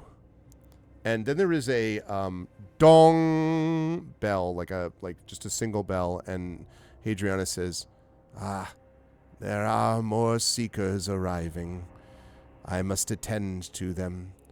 Brother, you may conduct them further if you wish, since you know the way and have passed the test.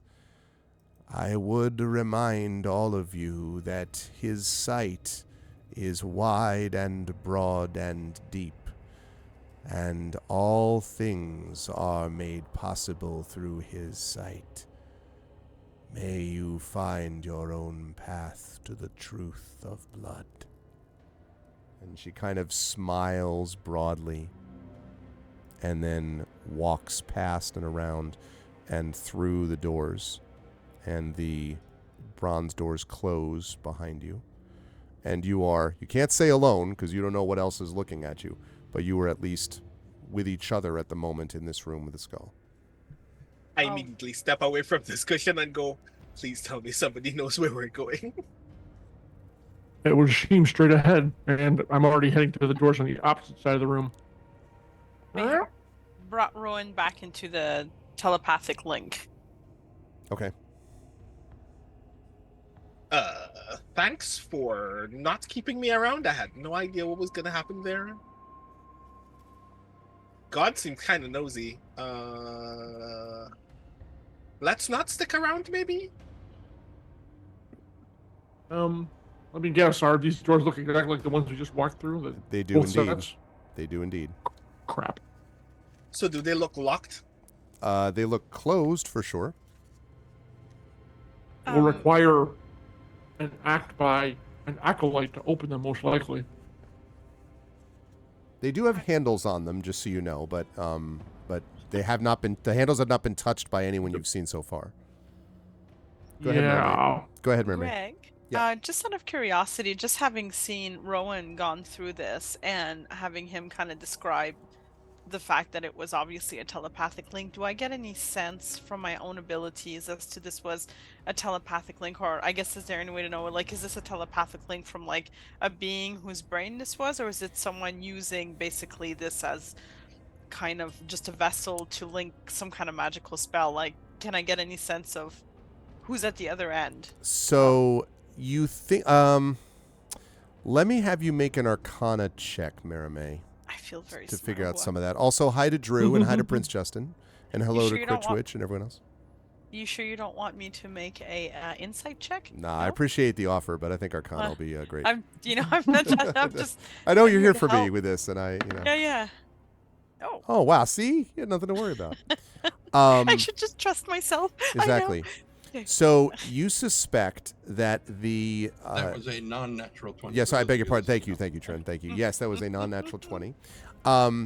You suspect, Maramé, that this skull, if based on what Rowan explained, that this probably was being conveyed from somewhere else in the temple, but you're not sure that it was someone that isn't themselves tied to someone on another plane. In other words, it was like fairly strong stuff, and you're not sure that it would just be one person that's like on this plane that would be doing that. Okay. Having said that, though, you also sense, because you rolled pretty well there, that small skull is another method of communication elsewhere in the complex. That the small skull is another thing that could be used, even though what you were mostly what Rowan was interacting with was the large skull. But the small skull, the small human skull, also you think might have some sort of magic affiliation as well. Okay, that's interesting. Thank you. I'm not gonna poke with it, but I really want to. But I know we have a mission. Okay, so yes. Thank you.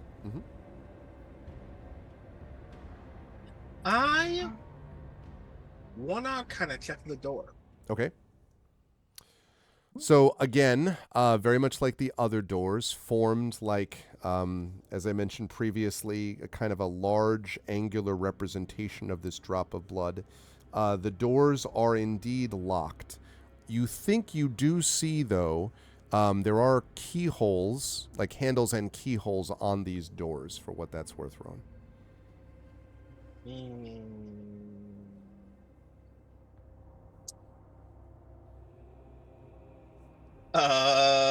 I turn to Maramé and say, "Step back," and then I try to pick the door. Oh, all right. You and me switch places on the map there, buddy. Oh, okay. Right. Okay. Maramé Mhm. doesn't need to step back. She's way up. There we go. Yeah, there we go. Yeah, just Yeah, thank you, Nisiana. Exactly. Out Let's. of the line of sight of the door, Pretty much. and that is what Alarian cautions everyone to do. I'm going to tell you right now, unless absolutely required, Nisiana isn't going to say a goddamn word out loud. And she is going to stick in either Alarian or Maramé's shadow. Because this is the most horrific thing she is dealing with right now. Yep. Actually, Maramé, take another step back, like north. And Rowan, Gosh. give me You're a still in front of the door. Rowan, give me a dexterity check. Are you using? You have thieves' tools or something similar, Rowan? I think we talked about this before. I don't remember if you do. not. Okay. Do we? I do. Otherwise, I can. Okay, I I was can going lend to say you mine. thieves' tools would be helpful in this because it's not. I have them too. I can also pick locks, but I am more than happy to let you go at it. I am a team player like that.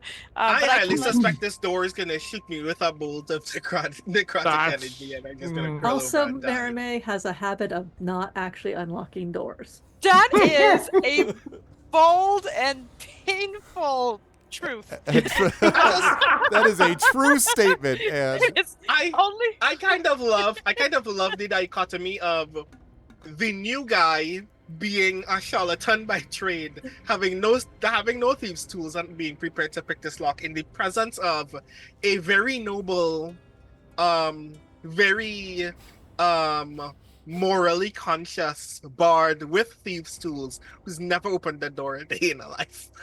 Oh, no, I've managed to. Alarian intimidates me when he looks at me, and morally conscious. I would, depends on the occasion. But yes, I am happy to hand you my tools, my friend. Here you go. You may use these. I just happen to have. I would also So remind just everybody, by the way, that next- you have hero points. Don't forget to, as we're talking about things you have to benefit. On a more Before he serious does note, that, I'm going to run up and very quietly think. I don't know that you can think But I this. Are did. you trying to guide this thing? I'm gonna guide him. I'm just gonna touch him and then run back. And I'm going to offer on a more serious note to Rowan, just between the two of us telepathically, and say, seriously though, if you want me to try this so that you don't have to take this hit, I don't mind. I'm not good at it probably than you are, but I do enjoy. I'm more of a tinkerer than a successful lock picker. I'll be honest. Don't tell Ilarion. He thinks I'm great at it. They think I'm great at it. I die all the time. I'm fine with this. Used to it. Yeah, Divinorium in chat points out that people have hobbies, Rowan. Like, so, you know, like Or maybe Mia Tanton Wow. can take a quick look at it. Says True. Nisiana over the channel, over the link. If it's over the if it's a WhatsApp. doctoring thing, the person who's I mean, really good so- at it. for several beats, you see me stare at the door, very eagerly prepared to start picking it. And then I go, Tanton, you want to look at this? Yeah. While this is going on, I'm also keeping an eye on the other doors in case the next tour comes through before we're done here. Yes, got it. Okay. So Ted is going to take a moment to look over the door, see if he sees anything that Rowan. Two people in the line of fire. Love this. What could possibly go wrong? Well, Okay. Just sort of as a quick, actually, let me have you make an investigation check on this first. Actually, Tanton, just this is not, you're not touching anything yet. I assume you're just looking at it. Correct. Okay. Exactly. Div says everyone eventually will hold the thieves' tools at the same time and open it with the power of friendship. Yes! 24. By our powers combined. Okay. That's yeah. right. 24 is quite good. Tanton, you are fairly sure that these doors are meant to open with several potential mechanisms. There's obviously keys that could be used for this, which you don't possess. You have the raising the arms thing, which you may not, have a capacity to do or know what exactly would be said at the time to do that. But then also you think that they could be probably either picked or forced. You don't know. You're not sure that a door like this, from what you can tell, would necessarily be trapped, although it's possible. It is conceivable it might be like the equivalent of wired to an alarm, though. You don't know for sure, but it is possible that it could do that, partially because all of the doors in here, like including the doors to the cells, like coming in here, they're all bronze, and you worry a little bit that those things may be connected, like through the complex using sort of bronze wires. These things are old, and it's been a long time since you've seen bronze doors of this size and scale used at this capacity it's expensive and difficult to do this. But you think that probably they could be picked or forced if need be. You're not 100% sure whether it would warn anyone off if they did that. I'll kind of communicate that back to everybody else. You probably could pick it or rip it open if you wish. I think potentially picking it would be the wiser option, which I'm happy to take a crack at. And he pulls out his own set of thieves' tools. Yeah. Why do the good guys have thieves' I tools? was waiting for Ilarion to drift up with a set of thieves' tools. Believe me, I have just them- checked my sheet to see if I if I had had some. thieves' tools, yeah. I have them because I need them in my work. Sometimes I need them in build my work locks, too, and I don't have any. I feel deficient. and Okay, we'll have to I get you can some make later. you a set. It's not a problem. Just let me know. I'd like that very much. All right, I'll make you. And a if set. thieves' tools, they'd be like, brilliant. Anyway, feel free to take a stab at the lock. Well, that's not actually how you pick a lock. It's more- I know. Right. And so he's going to All right. make an attempt at picking the lock. I would like a dexterity check, please. May I use Don't my forget- thieves' tools? Yes, please. Absolutely, because you get proficiency in that. Go ahead, Mermaid. What? Oh, yes, I do. I will whisper to Tanton, You got this. You're really good at this. Don't let Alarian intimidate you when it comes to picking locks. And you get a point of inspiration. You're not sure why you feel inspired, but you have a die of information of inspiration now. It's a D10. You're like, yeah. Okay. Right? In case you need it. And just, dang, whatever. It's like, she needs to work on her inspiration. She means well, but Well, he's like intimidated by what? And, look, every time I failed, Alarian was right there. I'm just saying. This is true. So this is real projection, is what you're saying? Like this is... something like that. Natural 20. Whoa! Like, We're 32. I'm not I'm intimidated in the 33, least. excuse Okay. me. Yeah. Right. I've already done it while you were talking. Did you say something? So Yeah, you 'cause tell I have a plus 13 at this. So a 30. Thing. That's a 33 to be clear, That's- chat. I A can only 33. imagine. I can only imagine the way this looks is when Tanton says, "That's not how you pick a lock." Then Tanton really just does this, so the door opens. he never takes his eyes off of Rowan as he does it. He's just looking at Rowan, just One-handed. clicking No out look at it. lock. Right, Real yeah. answer too. Yeah. I'm just gonna Um, put away my thieves' tools quietly. Well, actually, I'm gonna do well. Actually, picking locks actually is all about the feel of the tumblers. It's you don't generally look at it. This, And as this being is tutored on how to pick a lock by good guys. Grand. this thing. Sometimes tinkerers need to open locks for people. It's not about theft. It's about- Sometimes their own locks they need to open when they Right. misplace their keys. Sometimes Yeah, they're exactly. not. You misplace your keys. Yeah. No. That's exactly. as has happened here. And with a barely a whisper of noise, the doors click and are open, and they do begin to open without you, Tanton. You would have to like literally stop them from opening if you wanted them to. They just like start to open on their own. So I'm just asking before I reveal the area ahead.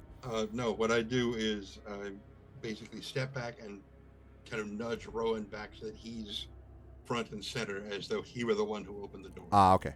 And I take up that position right beside him. Okay. So this lovely area is what you see. Is that more blood? Is that dry blood? Well, let's Only one way to find out. let's This place find out is not together. hygienic. Let's find out together, shall we? Guys, I didn't bring enough Purell for this place, okay? I'm straight up with you. Yeah. This large chamber is warmer than the rest of the temple. There are semicircular stairs that rise to a scarlet tiled floor, which has a pedestal with a gleaming bronze chalice atop it. And there are a series of what look like full-length mirrors that are arrayed across the hemisphere. Hold on a second. I'm going to have to... give me a second, chat. I'll have to move that over in just a second. Yeah, that's not helping. Okay, give me a second. I'll move it in a sec. A series of full-length mirrors are arrayed across the hemisphere across the rear of the sanctuary. And there are doors leading out from the chamber, the one that you're in, to the west, but there's also doors to the north and the south. And let me try to capture this better, chat. Give me 1 second whilst I do that. Center area, there we go. Move that way. Move that this way, there we are. And let's move that like that. Great. That's much better. Okay. So, to be sure, again, this stage area, why does it look the way that it looks? So you're not 100% sure if you don't think that it's blood. You think that they're actually separate, like stone, some like different material stone, maybe a kind of sandstone, Rowan, that's leading to that. The thing that's odd is, at least from this distance, the bronze chalice is just gleaming, and you don't think you see blood on the outside of it. Now, you'd have to go and see if there's anything inside it, but you don't see blood there. Okay. Yeah, no, and not only is it free of bloodstains, it appears disused. You think you may even see a slight layer of dust around it. Ooh. You sure Cult that loves you Cult loves blood. This is the one receptacle in the entire building that has no blood in or on it. By the way, when Rowan goes up the stairs to that place, and Marimay, is that where you want to be? Is right there? Yeah, I'm kind of sticking close to Rowan to kind of Okay. see what he sees and keep an eye on him. Right where case. you're standing, Marimay, exactly where you're standing, Nisiana and Alarian. Tanton, are you still in that other room, or did you come No, I in? moved up to the doors. Okay, so you can see through the. Actually, no, you can't see this through the doors, but Alarian and Nisiana would be able to. I'm right there. That Marimay is reflected in the mirrors to those of you standing at the base of the stairs.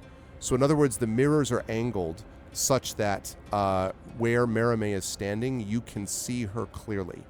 Like they're all kind of arrayed around that way. Rowan is off to the side a bit, so you can't really see that, but you can see Marimay reflected down to you at the base of the stairs. so does that mean we don't see Rowan in any of the mirrors? You see him off. You see him off to the side in all the mirrors, Right. but you see Marimay dead center in all the mirrors. I will say that over the link, that Marimay can be seen in all the mirrors. Rowan can be seen in the side mirrors.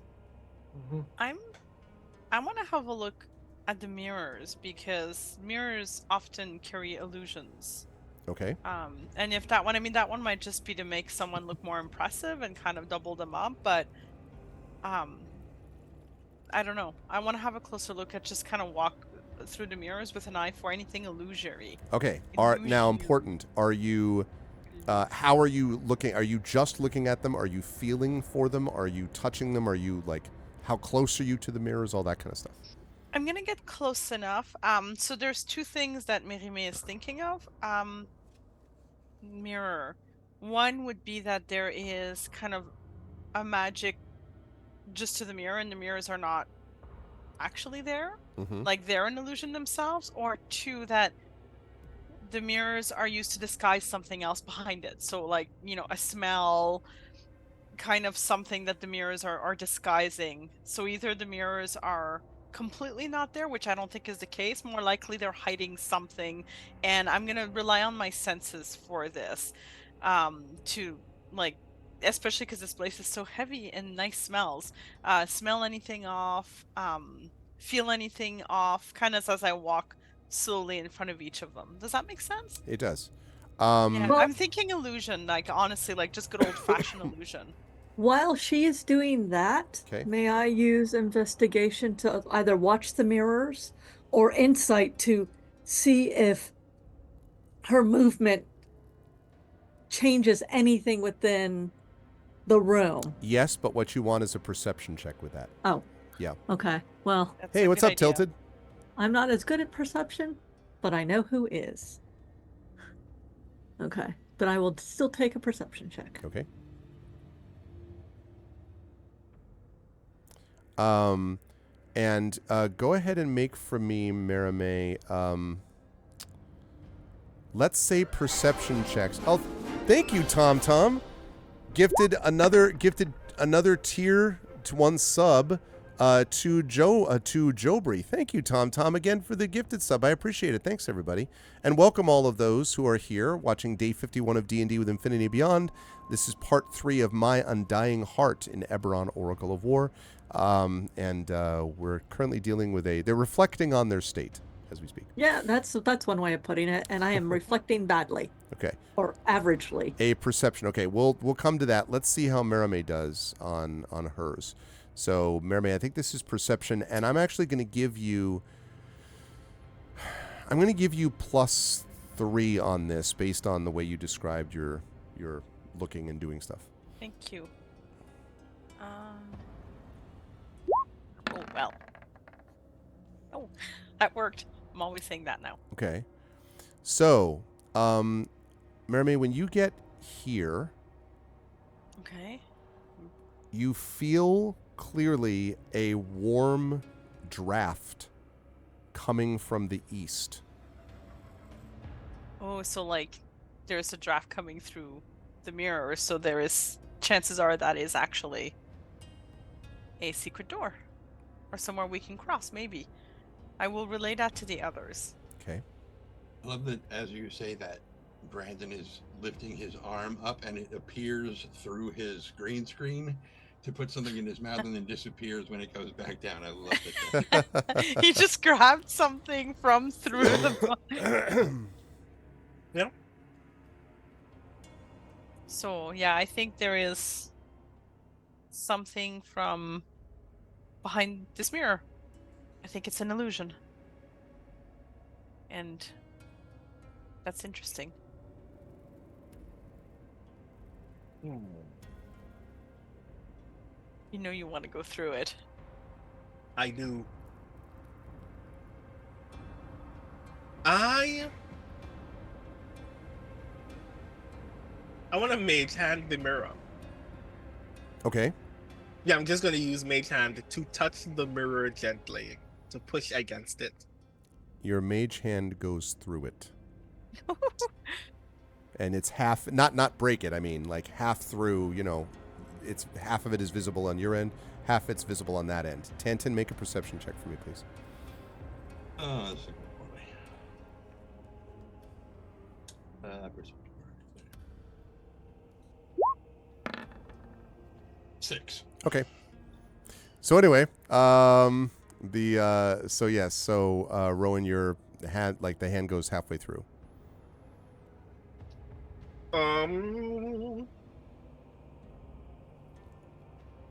That's not supposed to happen, right? Glass doesn't do that. Like, I'm saying this aloud as I'm walking towards and possibly, I guess, through the mirror. Glass isn't supposed to behave like this. And I'm pretty sure this is all we know about this temple, and I then just keep walking through the glass.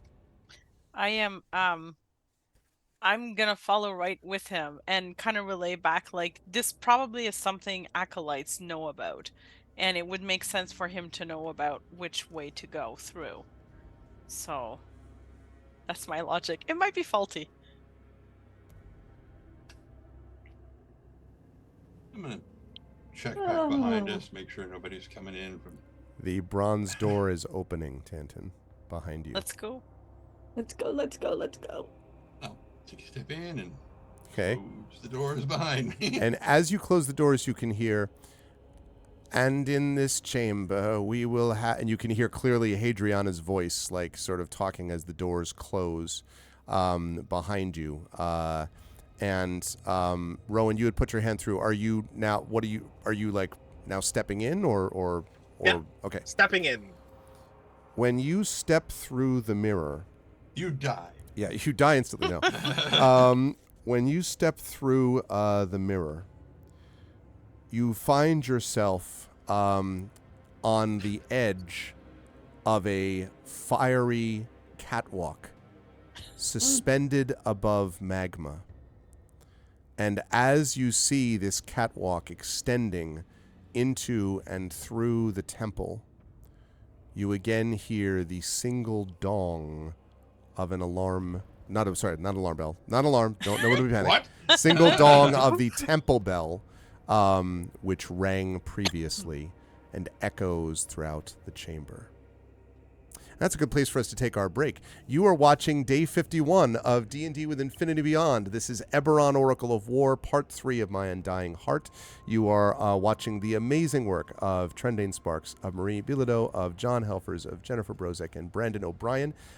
Please take a break with us. It is 9:35. We will be back here at 9:45 p.m. Eastern, and then we'll play for a little more, about an hour and 15 minutes or so. We'll try to wrap right at 11 tonight, as the King's Citadel continues their infiltration into the just lovely, wonderful vacation, destination of the Emerald Enclave. If you like what you see, please follow the channel, support the Patreon, sub to the channel, as all of you have done so much of you have done, many of you have done tonight, and please buy all of these people's awesome works and books and things that they have coming out, because they are all amazing people. We will be back here in about 10 minutes. Until then, everybody, please hold tight.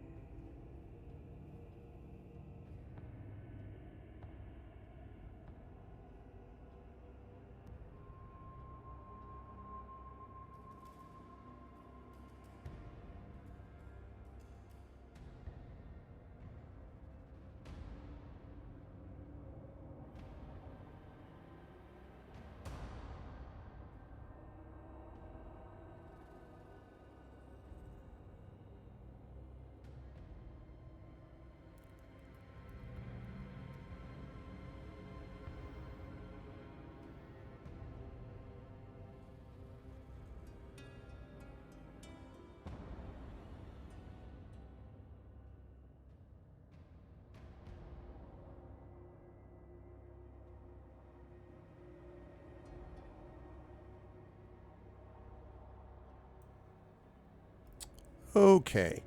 So, welcome back. Welcome back, everyone, to day 51 of D&D with Infinity and Beyond. As we are here with Eberron Oracle of War, My Undying Heart, Part 3.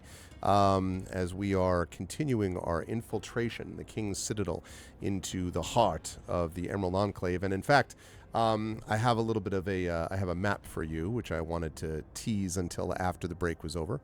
And so let me bring you over to the map.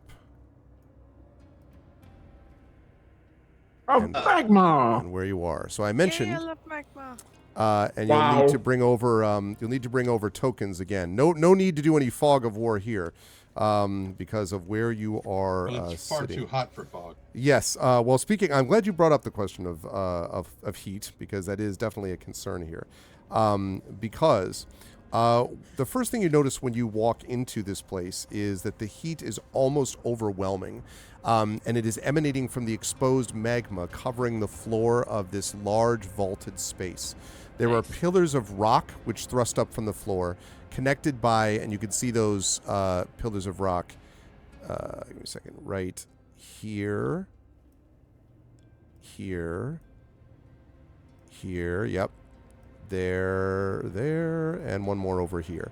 And they are connected by these articulated metal bridges composed of lengthy planks. The bridges and pillars, which change in elevation across the chamber, zigzag around the bend and out of sight. And we're walking. I turn behind me to see if anyone's behind me and Merame. Is the link still active? So far, yes. Okay, so I'll say it looks hot and full of magma, but... So can we still see the room behind us? You cannot see the room behind you, no. You can see the curve of, like, the back of something, you know? And of course, for the others in the other room, you have completely disappeared. Cool. Grand. But I can report back what we're seeing, so you know that we haven't been teleported. Excuse me. And you haven't been dropped into magma because you'd be screaming like crazy right now. So, okay. We just get counterpoint. We could have immediately died. Thumbs up as she slowly sinks into the. Right, exactly. Right. So yeah, I keep Friend? going. I'm sorry. Mia Tanton, come up and join us, please. Banner, step up. We're all gonna cross Go- through together. Yeah, well, you two are going to go through first, and I'm going to come up behind you. Okay. I'm still watching the back door. So go now. And I'll he be right there. communicates the fact that there's somebody in that room Yeah. now. I assume you kind of did that on the way. Like, yes, the next group is right up behind us, basically. Yeah. Sorry, Nisiana, I'm just moving you to resize you for a second. That's Oh fine. yeah. So That's fine. Okay. I just put me on there to get it to work. So we. Just doing the same thing. You can put yourself where you want, Tanton. I'm just like doing it I this wish size. to remain this size. Thank you. Yep. Yeah, Your I'm for that as suggestion is noted. Okay, you're actually a little. well. I mean, as smaller. it stands right now, Illyrian's smaller than I am. I prefer the God, opposite. I've as got to well. have a talk with Mia Tanton at some point. Just haven't got around to it yet. Wow. Just kidding. That's right. That's about right. Okay. That's the size. Yeah. Okay. And Well, at I mean, least what, my Rowan- hitbox Rowan- is similarly small. yeah, right. Rowan's like what 5'10". He's not super huge. Well, yeah. Yeah. Okay. There you go. All right. So now you are okay. So and I should mention, by the way, it's obviously, as I mentioned, extremely brightly lit, extremely hot, and as you sort of are aware, as you kind of cross over, you can see that the domed ceiling is at least probably 100 feet high, and you can almost, Alarian, you can almost tell that the top of your body feels warmer than the bottom, because obviously this heat is rising. You imagine it probably is trapped by the domed ceiling at the top, so you probably would not want to be up closer to there. It's hot enough as it is in here. So just to clarify, our the gray all around us, those are walls. There's nowhere like the pathway is really the only way through the magma. No one can like jump onto here because it's a wall. It's not a. That is correct. Thank You know, if you wanted to like try to fly, if you had some way to fly over the magma or something, but those things are Not walls yet. there. Okay. So, Rowan, did we go ahead to the second? Because I'm going to ask you to stop just in case, like, because are the bridges? Do they feel solid or? This one does, although there's the from below. So because I was gonna say I am like still actively walking when you asked me to stop. I'll ask you to come back here and let me just have a look. Let's have a close look at the bridge because it seems to me, I don't know, convenient. I mean, my experience is it's precisely the moment when you take a close look at the bridge when the bridge decides it's no longer a bridge. Well, I would have done it for the first part, but It's a mimic. What? Quick. No, I love it. If I don't look at it closely to see that it's almost going to break, it'll be solid. Yep. Cartoon logic. Unless you think it's a test of faith that we must walk quickly over the flames, I would personally prefer having a look at said bridge. I mean, my test of faith is simply I don't want to be here anymore. I never wanted to be here to begin with. What did you say, but Tanton? I'm here. Oh, if it's a leap of faith, then Tanton's in trouble. I'll call back to Tanton. Tanton, can you tell if this bridge, like, I know we've already gone to a part of it, but before we go further, is this bridge safe? Like, Tanton kind of cranes his head over and looks, because unless Rowan has just missed it, it's still within a minute, so his mage hand is still there, and he's just like, just push on the panels, make sure they're solid. Oh yeah, I finger walk on all of the planks of the two bridges ahead of us. Okay. Okay. Let's see. So, Nothing goes up to 5 pounds. Yeah, that seems to be fine. It doesn't seem to be affected I mean, by that. When I stepped onto the bridge, did anything happen? No. But you hover, and I you hover anyway. I'm still over 600 pounds, though. I mean, I'm exerting force below me.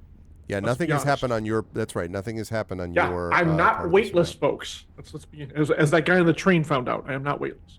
Can Rowan, do you mind letting me go first, just in case if it is a trap, I can take a hit harder than you? I would love that very much. In fact, please go right ahead. And Ilarion, perhaps you will take the rear in case your weight takes it down. Exactly. Okay. How active is the magma? It's pretty swirling, active. Yes, bubbly, in fact, I just put in volcano into the Roll20 audio, so that could give you an idea. Yes, it is swirling. It doesn't look like it's going to erupt, anytime soon, but it definitely is rolling and swirling beneath you. I'm not hearing volcano. What? Oh, I should turn it. I could turn it higher. Let's see. I mean, I don't hear it, but there we go. All the sounds turned off, so I wouldn't hear it anyway. Nice. I mean, it's either a volcano or a really industrial-sized washing machine. That's great. That's great. Yeah. Okay. Right, yes, I will take the rear. So Tanton and Spanner, if you would keep moving. Okay, so who's going for so question, are you all going like single file, one at a time from one pillar to the next? I think we should go one at a time, yeah. Okay. Agreed. Because of the weight. I don't know. I've watched too many Indiana Jones movies. Just in case. Plus you're agile enough, if something does happen, you have at least a chance to get out of it. And I'm gonna look around. Like as I go, I'm gonna look down and just hope I don't trip or fall into magma. But I always hope that. You seem to be okay as you get across there. Perfect. I join. Rowan, Yes. when you get to the middle of the bridge. Of course. Cool, grand, yes. When you get to the middle of the bridge, so if you could move exactly. Bridge mimic, told you. The bridge suddenly, and it's actually the slats, just give way, and half of the bridge bounces towards Marame's pillar, and the other half bounced towards the other. I need you to make a dexterity saving throw for me, Rowan, to keep from plunging onto the magma below. You have guidance. Does guidance work on the... Hold on. On saving throws, I think it does. I'm making sure because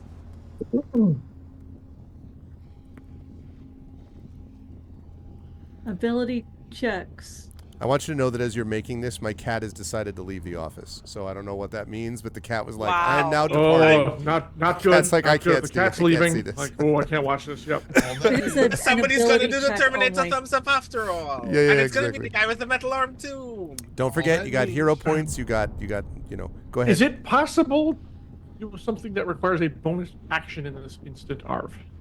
Not immediately. Okay. Once the grab happens or doesn't happen, you might be able to do something. But Once the sizzling starts. Okay. Yeah, right. And remember, you have a hero point, or should. This is true. This is true. Yep. All this And I means- believe you knew if you roll a You 1. know what? What if I just Misty stepped? Oh, okay. Misty step. I thought you said missed a step. can you Misty Step is it a bonus action? It is. That's good. Oh. Okay, Well, I'll allow you- that. Cool, grand. All this means. I the was reason- never gonna use it otherwise, so I might as well. Go ahead, Trent. The reason the cat left is because he succeeded in pushing Rowan off the ledge. Right. Cat's like, my work here's done. Like, yeah, he's Exactly. like, I'm out. yeah. Bye. Someone is about to fall. Yeah, yeah. That's good. He did leap from the cat tree when he did that, so he's just kind of like, right, well, now, yeah, the cat knows something exactly. But now is the bridge broken in two now? Yeah. So are you? Well, first of all, so where are you Misty stepping up to? Also, how far can you Misty step? 30 30 feet. Okay. So I think you should be able to get up onto. You should be able to get up onto the pillar. So, ooh, I wonder if I can. Hang on a second. Let me Pillar, see if I everybody. can. Let me see if I can add something to make this look right. Are you heading my way, or did you head back, Rowan? No, I was heading your way. I imagine you would. I don't exactly see Rowan heading back. Ever. I am Eurydice right now. I don't know what's going on behind me. Oh, that was a nice. Well played. Very good. Yes. Well Well, played. technically Orpheus there, but yes. Still, it's still. We understood. Oh. Oh, look, it's fire. Grand. Oh no. Yeah. So. Oh. Like that. So basically, Oh, that's that's- what you've got. Cool. Grand. Huh. How big is the gap? That would be, I believe, 60. 5, 10, 15. No, these are 5 foot, so actually that would 5 be squares, about yeah. that'd be about 20 feet gap between the pillars. That's still a pretty big gap. Yeah, it is. Cat's on the other side of the bridge waiting to push you down. Welcome up. Ah! God damn it. Oh. It's actually less to jump to this side here. Yeah, except that's a wall. That's Oh, a it's a wall. wall. Yeah. I specifically asked if Yeah. we could do that, but that is not a platform. It is a wall. If you had spider climb, you could just jump over there and just That's all true. the way around. Or if someone This had for stone Agatha, right? From Someone had Straw. stone shapes, so somebody got to touch the damn stone to the wall to make it. Okay, well, I'm going to actually join them on the pillar in case this bridge decides to collapse, and I'm also going to pull Tanton onto the pillar as well. She's now like half and half. Okay. I think And I mutter to myself, well, if I was larger, I could maybe step over that, but I'm not. 20 feet is too dangerous. I mean, worst comes to worst, I can dimension door. Rowan can miss his step. I can dimension door. I can grab Rowan, and we can dimension door back. But We have to go That's forward, just- though. yeah, Back does not help us. no. Who has rope? And how high are we above the magma? You are the hot magma. Yeah, I was waiting for. Not that. lava, The magma. magma. So you are. Let's see. You are. Let's see. So it's 20 minutes. The pillar is. Let's see.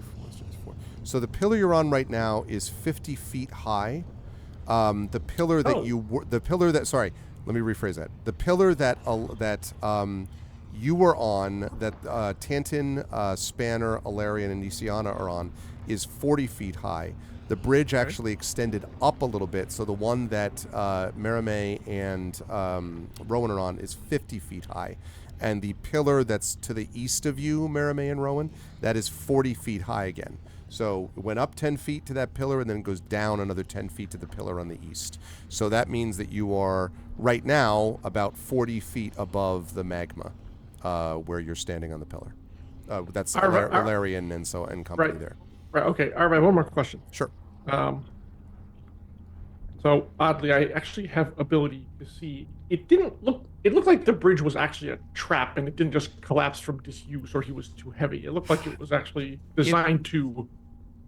It's a little hard to tell because the bridge itself does not look like the sort of edges that you can see, although you would have to investigate them like directly. But the edges that you can see do look ragged, almost sort of like ripped through. So you're not 100% sure if that was deliberate sabotage or if it's just worn down to that over time. Well, actually, I will pull up the boards on my side and take a look at the ends that were attached to the boards on their side. Okay, let me have you make an investigation check for that. Okay. Not my best, but I'll give it a shot. A big 9. I mean, they could have been sabotaged to do this, but it's also possible that wear and tear. I mean, you notice that the magma doesn't first of all, some of the magma down below is semi-solid, so it's not all like just pure, nothing but liquid. Right, it crusts over. Yeah, but there's some areas where you could imagine from the bubbling, if this were to erupt or to, it could splash up, and if it hit the bottom of this bridge, I mean, it could have worn it away over time. This is an ancient complex, so. Right. Tantin. Tantin. Yeah. What is the range of your mend spell? That cantrip you do all the time. To repair things? Mm-hmm. I have to touch them. Oh, that ain't gonna work. It works perfectly well. What are you talking about? Well, if we were able to somehow attach the two ropes to each other, you could use mend without going out there to touch them. You could actually re-knit the rope together, but that doesn't seem like that's going to be possible unless you can levitate. I can mend. It's possible that we could do a mending from either side of the bridge. Yes, the problem I have is getting to meet in the middle. I know. Because you need to touch the two things that you want mended together. And this is pretty heavy. I mean, this is not light, right? Our mage hand will not be able to carry this. No. Mm-hmm. That's what I thought. 20 feet, you say? So we have to cover 10 feet on either side. The best I have is a javelin. Mia Tanton, set Spanner to guard. Be looking at the illusion in case someone comes in. Because we do have to keep moving, so we got to get away across here. But... Can I make sure that this isn't an illusion of the bridge breaking? Can I? Sure. Well, I mean, Rowan definitely was falling before Rowan Misty stepped up. So never mind. And I picked up the boards, and they seem pretty real to me. That's true. I mean, yes. I grab, and I dropped them and clatter, and this, that, and the other. That is true. Okay. Hey. Well, I mean, so does anyone have actually rope with them? Yeah. In our group? I do. Okay. How much do you have? Be attentive. 50 feet. Okay, good. Well, then this won't be that hard. And then, so may I have it? Yes. Okay. I tie a big weighted knot in one end, just Franny knotting it all over the place. Catch! And getting enough out to not you. So then I stand off to the side here, like right over here, so I can whirl it off the side of the pillar, and then when it's got enough momentum, I will toss it over to those guys. Let me have you and make one of them should catch it. A strength check, and one of the two of them will make a dexterity check for me, please. If you want to do athletics on this, I'll take that, Alarian, and I'll take an acrobatics from the other crew, depending on which one of the two wants to try to catch. I'll do athletics. Why not? I can do acrobatics to catch Rowan unless you want to. I'm just assuming I'm more dexterous than you are. You feel free. You are, in fact, a great deal more dexterous than I am. Okay, I will hopefully. Oh, just not Okay. feeling it very much right now. That is just enough phew. to catch it. So you kind of like grab it. I almost fall. Oh God! Yeah, you're like go plummeting into the but you do manage to catch it. Yes.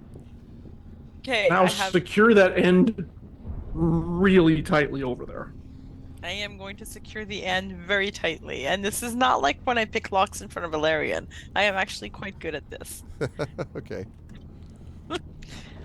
All right, and I I will. that the GM didn't ask you to roll to prove that.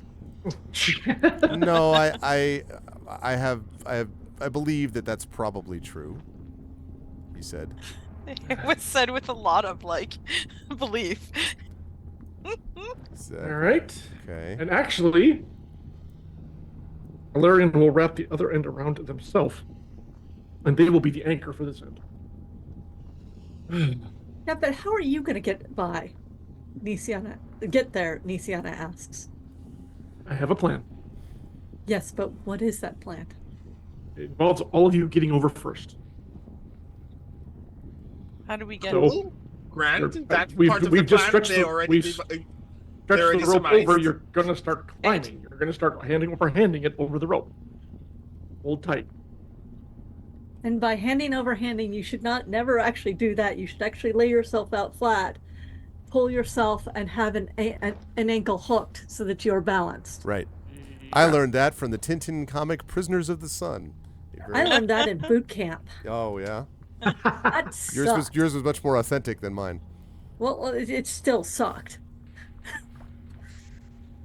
As the smallest, the one thing she says is, "What about Spanner? Are you going to carry him on your back?" Yes. I look at Mia Tantan. Is that possible? Of course it's possible. How much does Right Spanner now. weigh, by the way? Oh boy.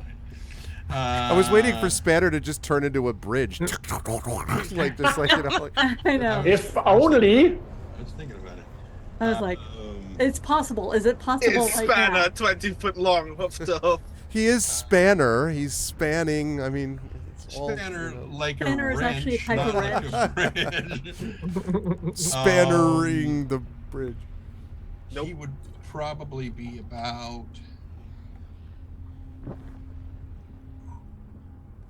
325 pounds. Oh shit.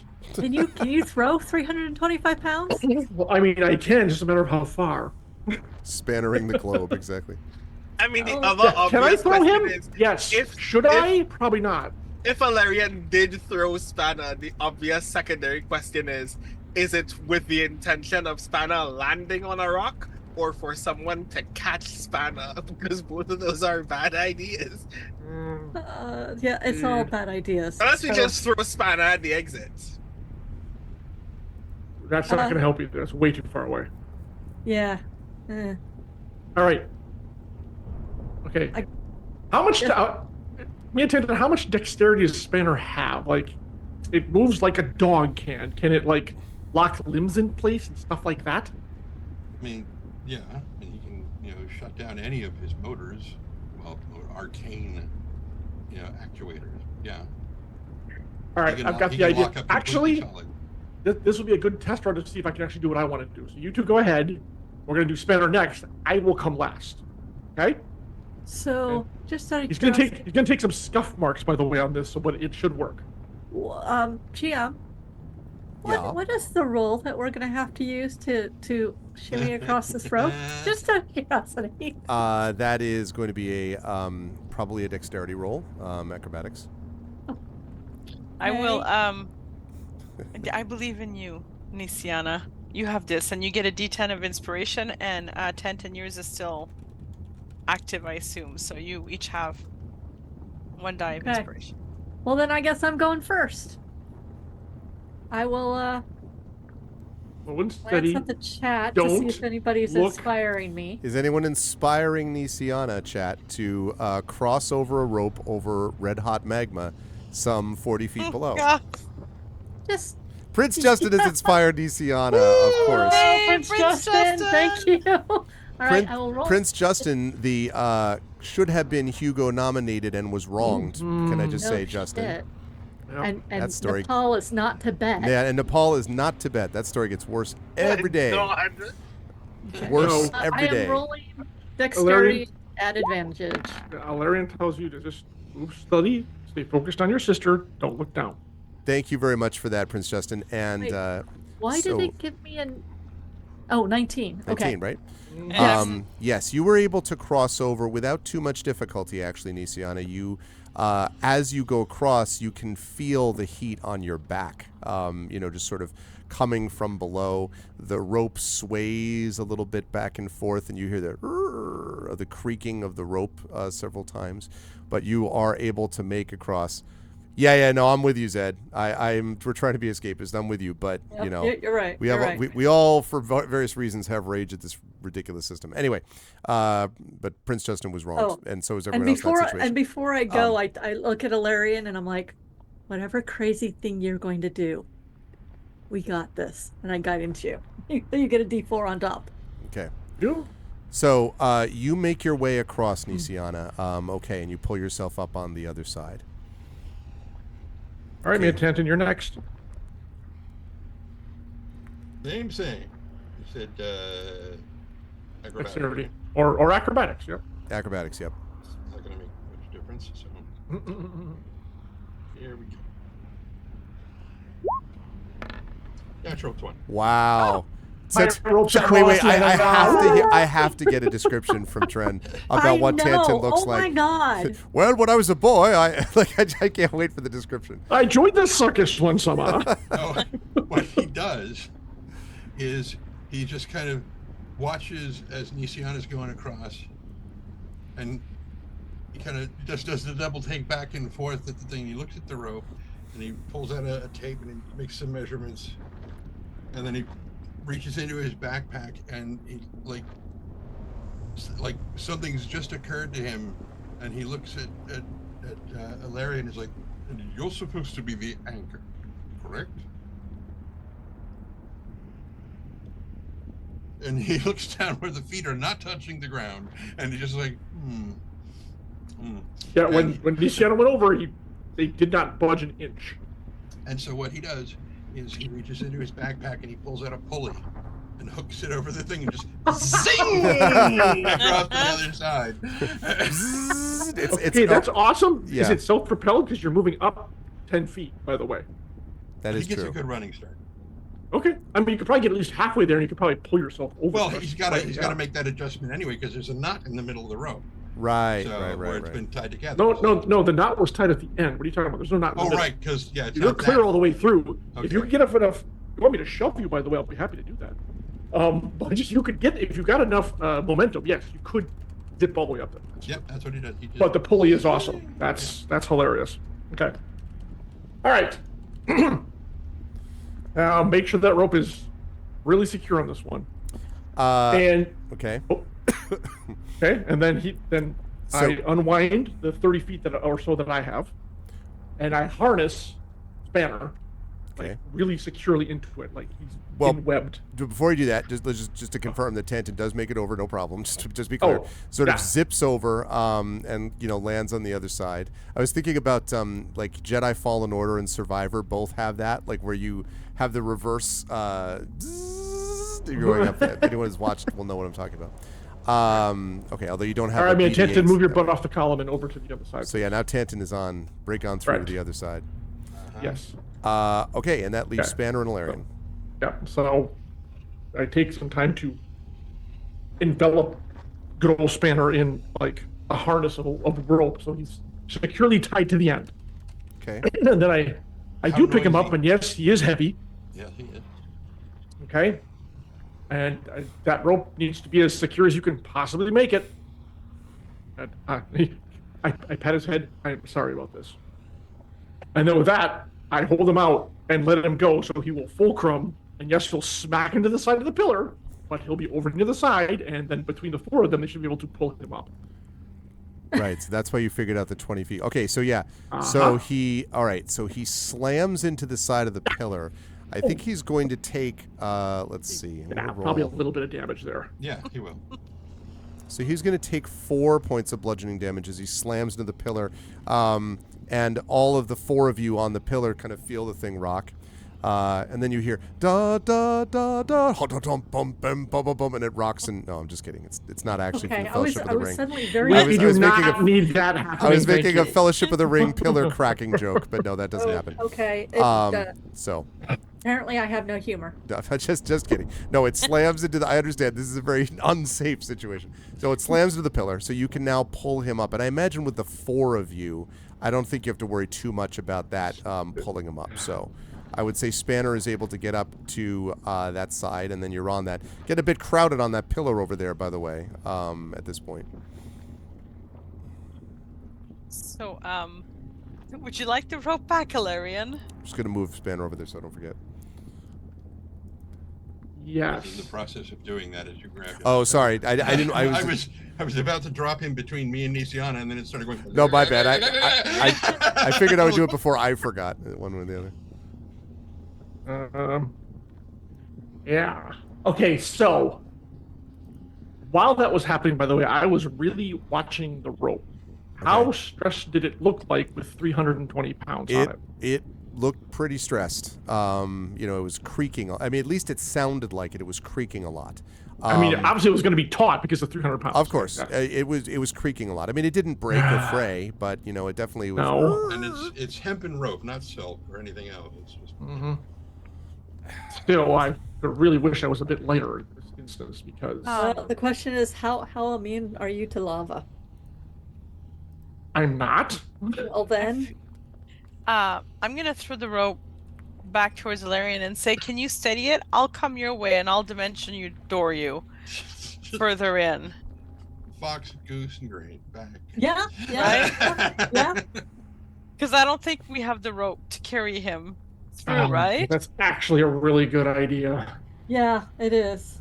And But I if you're can gonna do that, dimension Doris to like over here minimally, Yeah. right? I'm gonna look. Greg, can I see the end of the path?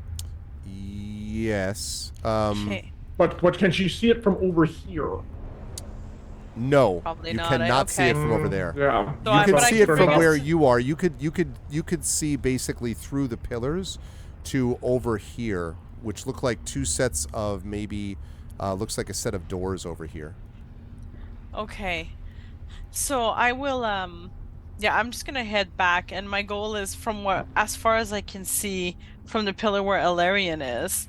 If I can see through to the door. That's still a wall though. So Yeah. the best we're gonna be able to get is over So here. I'll bring us here then. Yep. Okay. At least in case, and then just hope that the bridge is better with the other sections, because we're kind of into That's it. gonna be a lot worse to try to traverse if we have to. Yeah. Yeah, so I'll throw the Okay. rope back to you, Ilarion, and then I'll Yep. just Yep. I'll ask Tanton if I can Wrap, borrow wrap, his little, his little pulley and just kind of. So Go she down could on ride. it. Yeah, she could ride down. There you go. Thank you. That's very kind. Thank you. And that looks yeah, like and a actually, lot of fun. and actually remember that this one, this pillar is level with this pillar, right? So this is 40 feet up. This is 50 feet up, and that's 40 feet up again. So it's straight across this pillar to that pillar. Like that is straight. That straight across is 40 feet. So I can easily dimension door that then, and I just You need would to think. see where I'm going. Yeah. Okay, I'm gonna go back for Ilarion because there is. Okay. Yeah, 600 pounds, my friend. You're not making it on that rope. No. Okay, so do you need me to make a check, or am I just like golden because I'm going down on a little pulley thing? And I'd say if you're going down on the puller, I'm going to have you make a dexterity check or acrobatics, but it'll be a pretty easy one. Okay, 18. Yeah, 18 is fine. You're able to get that with no problem. I'm Well, not she's- hooting. No, Go sorry. ahead, Tanton. I was gonna say while she's doing that, Tanton just looks down at Spanner, kind of jerks his head Actually, towards. have you actually given him the heal command yet? Because last time we checked, he doesn't know how to do that yet. He's Spanner too. No, he does. He And- knows it. And the spikes are all gone? The ones that would be where you would sit, yes. Not Okay. all of them, but the ones that are like at the top of the crest, those are Okay. still there. But the ones that would impale you if you were riding on them, yes, those were the first ones. And so he just kind of jerks his head over towards Nisiana and looks at his banner and says, "Steed." Okay. And I don't hoot and holler my way down, but I'm pretty happy. It's pretty fun at this point. And then I dimension door Alarian to that pillar, which I can see, and we wait for the others, I assume. I would Okay. I would have tossed the rope back up to them unless they want me to have it, take it with me. Take it Toss with it you. back. Toss it back to Okay. them because I have a rope too. So Yeah, but if you take it with you, it's already bound at one point and it's over here at the other, and it can be Not sure that's going to work. It has to be freestanding items for Dimension Door. You can't take something that's fixed. Oh, never mind. That's why Yeah. I'm going to toss it back to you. Bad things could happen if we try that. Okay. No, I mean, for real. Yeah. that's fine. So you have the rope Yes. now? They have it. Actually, it's on this pillar over here. I tossed it back. I took it Okay. off and tossed it back to them. Gotcha. So the question is now, either me and Spanner run across, I run across with the rope because I'm the lightest. Which is what I think, and also you can be tied to it in case something does happen. Tie yourself to it, so if you did fall, you would not fall into the lava. You just fall back onto the pillar. So yes, that is the way. Sorry. Sound good, everyone? I I'm don't looking see at that we Team have much other Tanton. choice. Yeah. Okay. Rowan, thoughts? Before I go and help myself across this bridge, not knowing if it's dangerous or not? I mean, it's dangerous, but It is actually. Godspeed. Don't die. all right. Someone else, make sure that end of the rope is tied off. Still. Okay. I tie it around my waist, and I am gonna sprint across. Okay. You make it across with no problem. Oh, that was... Okay. I get across and I'm like, I'm not dead. Okay. I hand the end of it to Alarian. Yeah, we'll take it. And now we have somewhat of a guide rope because it's still tied off to the other end. So, Riding Spanner. Rowan, you're next. But hold on to the rope in case something happens.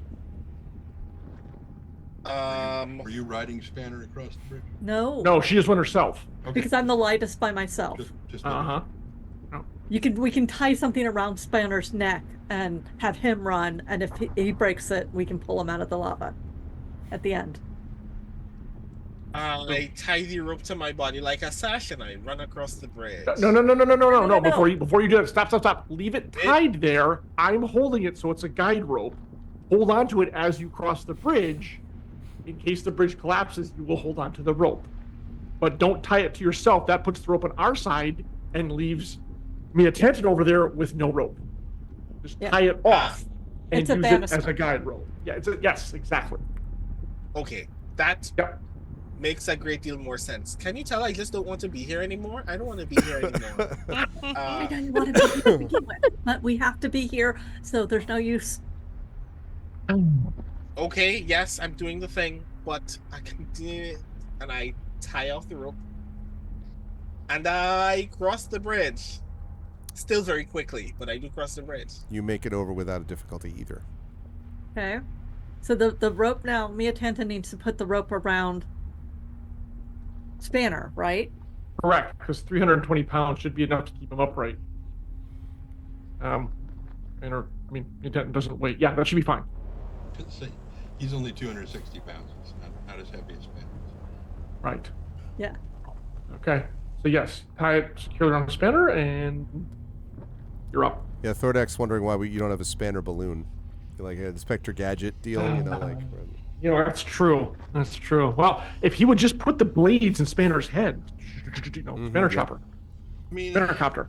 I could make kind of a Spanner dirigible, but where are we going to get any kind of superheated air? And guess this entire chamber is full of it, isn't it? But then who isn't? So, so yeah, Tanton just sort of, it's like he's looking at because these square things here, in here. These are part of the little arches Yep. at the end of each thing. Mm-hmm. So Spanner, Tanta kind of looks at the thing and is like thinking to himself, why didn't we just tie it off to this? Whatever. And so he just holds it out to Spanner, who just bites down on it. And Well, the reason is if Spanner falls, we can pull him out of the lava. I can make another one. It's fine. He does. He fine. Yes, you're right. He ties it up to. He secures Spanner in the. Wait. How wide is this? It is about 10 feet wide. No. I mean, how long? Long. Oh, I'm sorry. Long, buddy. From the pillar where you are to where you're going, it is about 40 feet.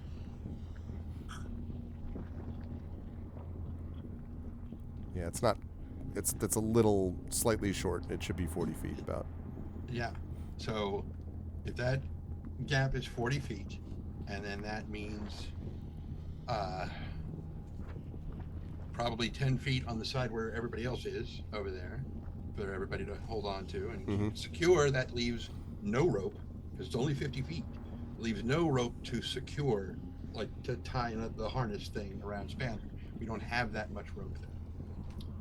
I can give you 5 more. You have 5 feet of rope to work with. So I basically just tie it around his neck. Well, It's not going to hurt him. He doesn't breathe. That's- Exactly. It would true. work. That's true. Yeah, so that's what he Better does. than tying it around your neck, sir.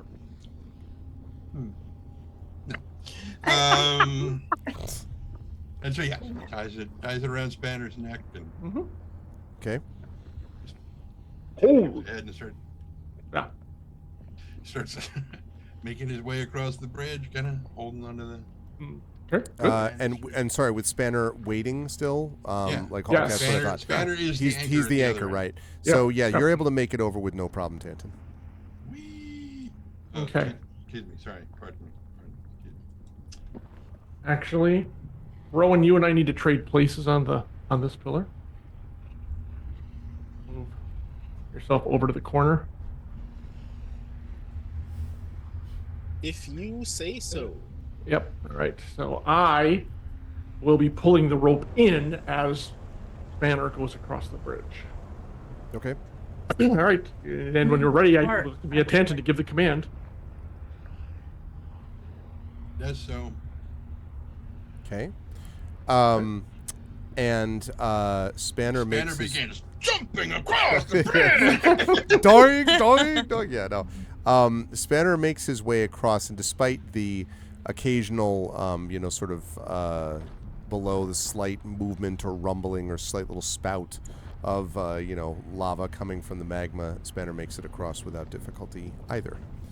And how does this bridge hold up to his weight?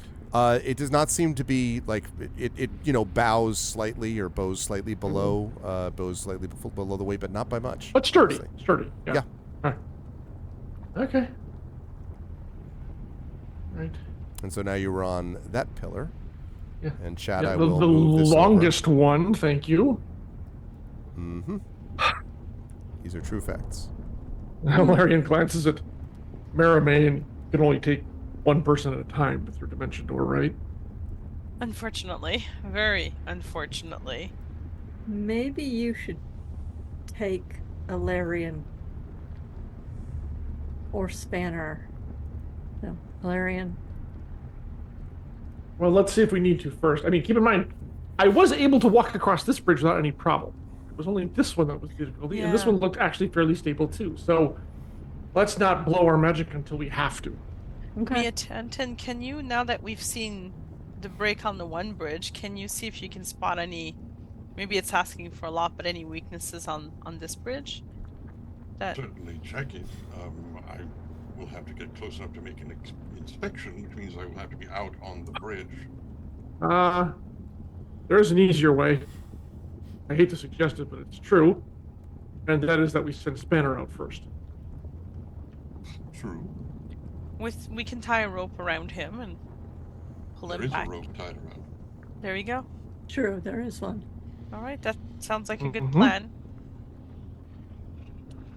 if you're comfortable with it, me and He's Tantan. like, oh, yeah. And he motions to Spanner and tells him to go over. I'll to start the- paying out the rope that I have. So I'll got it braced in case we need to. Spanner starts heading this way, and does he make it or does he not? He makes it over without difficulty. It is because it's a longer bridge, and this one is descending, I believe, down to.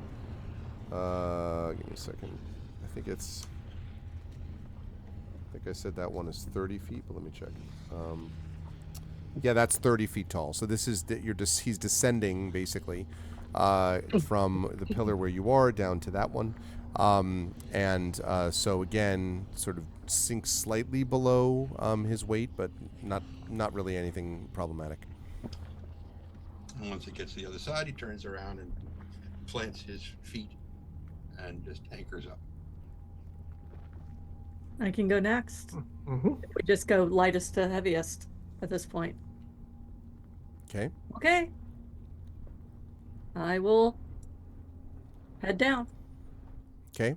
You have no difficulty doing that, Nisiana, holding on to the rope as the banister. Nope. I pat Spanner on the head and say, "Good boy." And then I wait. Maybe the rest of you should go first, and if it looks like it's buckling too much, I can get Alarian across, and I'll cross before Alarian. Works for me. And I cross the bridge. Also, no difficulty, Ron.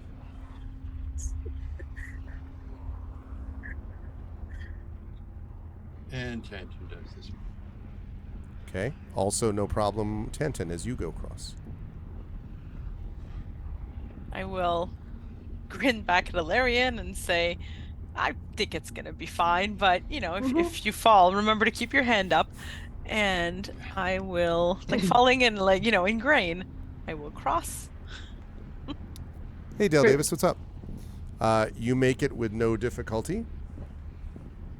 All right. And I'll keep an eye out for Alarian, ready to do something I- stupid if they fall. Well, cross the bridge myself. Okay. The bridge collapses completely. No, I'm just kidding. God damn it, no.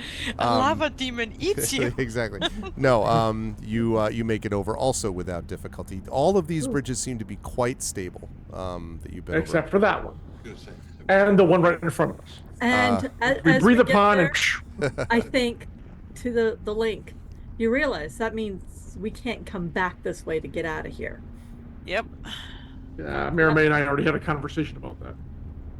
Just Yep. And also, we have left indubitable evidence that's, well, okay, theoretically it could have collapsed on its own, but we've probably left evidence that someone else's. All However, we questions should that keep we moving. should all questions that we should think about after we are done with whatever we're supposed to be doing here. I immediately cross this bridge. Everyone go? You are fine, actually. Then off we go. Still doing it one at a time, though. Okay. Yep. I raise my arms slowly in front of this door. It does not open. They're closed, Spanner's- but it does not Spanner open. last. Actually, Tantan go next, then Spanner, then myself. I'm still listening, by the way, Arv, in case I hear any kind of commotion behind us above the burbling magma. You do not so far. Also, no, Resin, this is definitely not a rerun. Welcome to live. No, you do not hear anything behind you, although it should be noted that it is pretty loud in here, Alarian, with the What? rumbling. Exactly. Yeah, So you're not that's kinda what I 100% sure thought. that you would hear anything, especially through the mirrors in the other room, but Right. you don't Well, see or hear. I mean, it's very well lit, so you would definitely see things if someone's oh, the bridge is out. What? You know, that kind Yeah, of thing. exactly. Someone's triggered the bridge. Fire the cannons. They're going to get any of that. Raise the magma. Oh, crap. Exactly. That was fun. Okay, so another door. This door actually looks different than the other doors. This from is still our side, yeah. it is still the bronze doors, but they are definitely smaller. That's for sure. And a lot warmer here. That's yes, very much so. Yep. Okay, I start picking this lock. I step back. Okay. So go ahead and make a dexterity check for me. Use your thieves' tools thing. You can do that. 12. Yeah, you don't. You sort of try. You're like, something seems odd, Rowan. You're not, for some reason, the lock isn't, like, you're kind of fiddling around and you're not hearing any, like, clicks of it sort of touching anything in the lock. I step away from the door and turn to Tantin. I'm like squinting with like envy and frustration at Tantin the entire time. What? The door. Oh, and so he goes over and Okay. does, the same thing where he examines the lock. And Yeah, go ahead and make an investigation check for me, please. Okay. I swear if you open this door too. 17. Tantin, you're not sure whether the door is actually locked.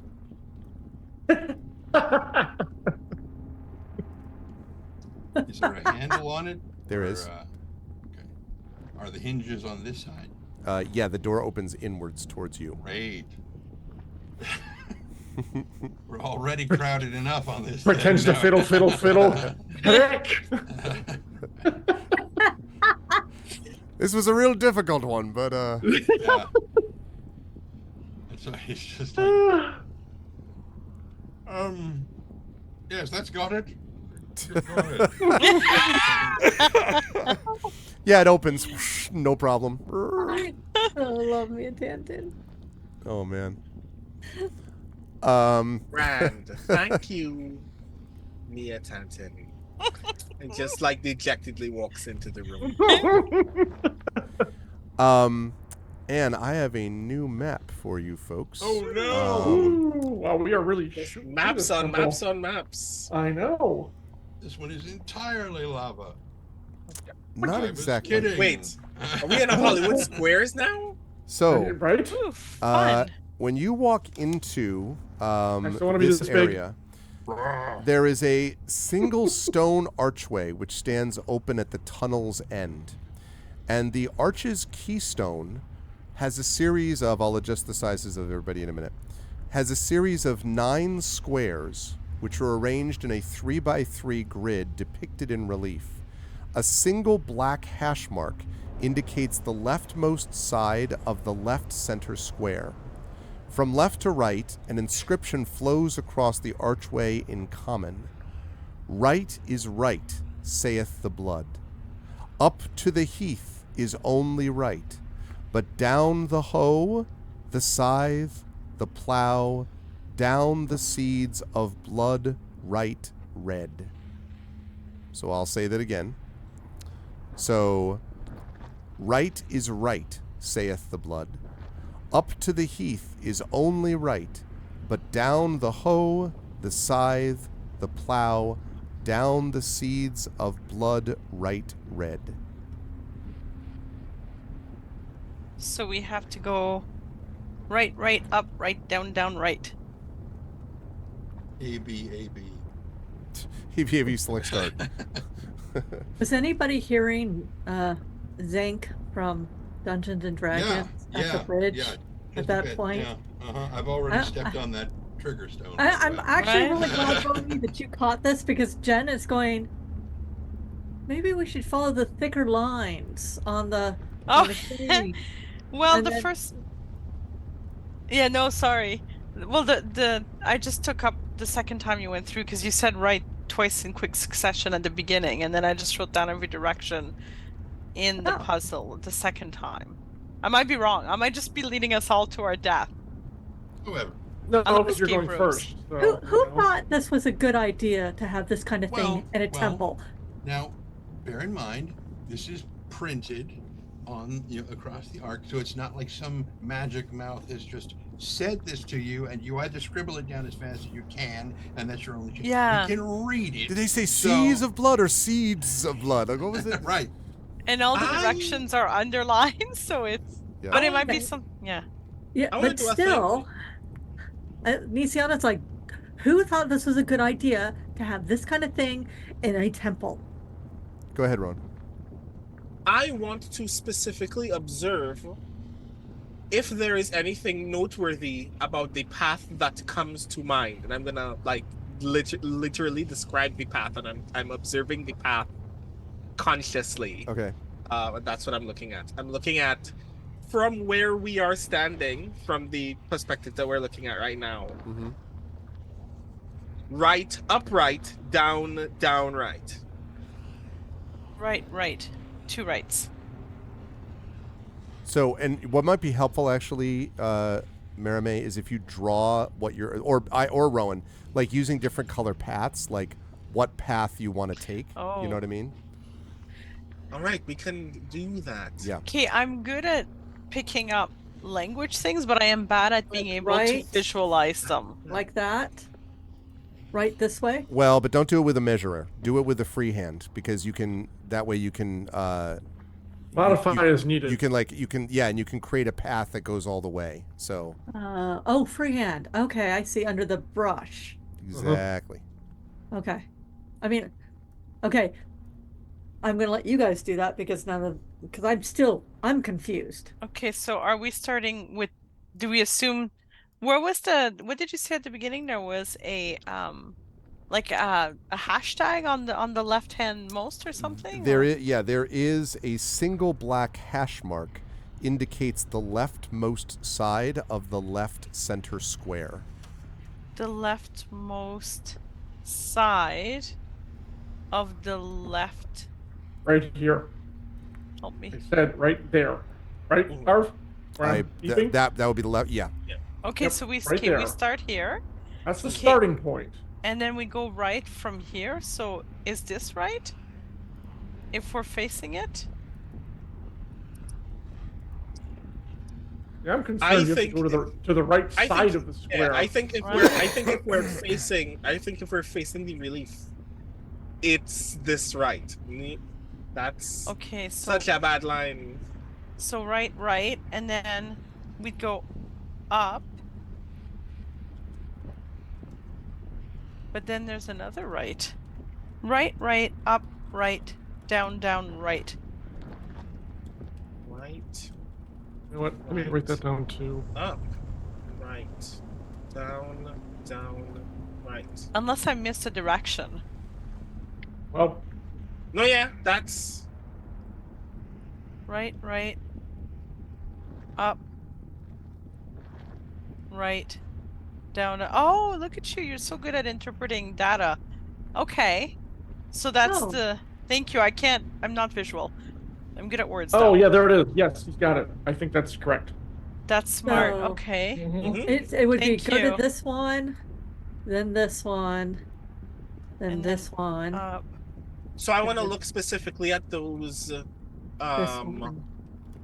those this one. tiles and see if there's anything noteworthy about them in tandem.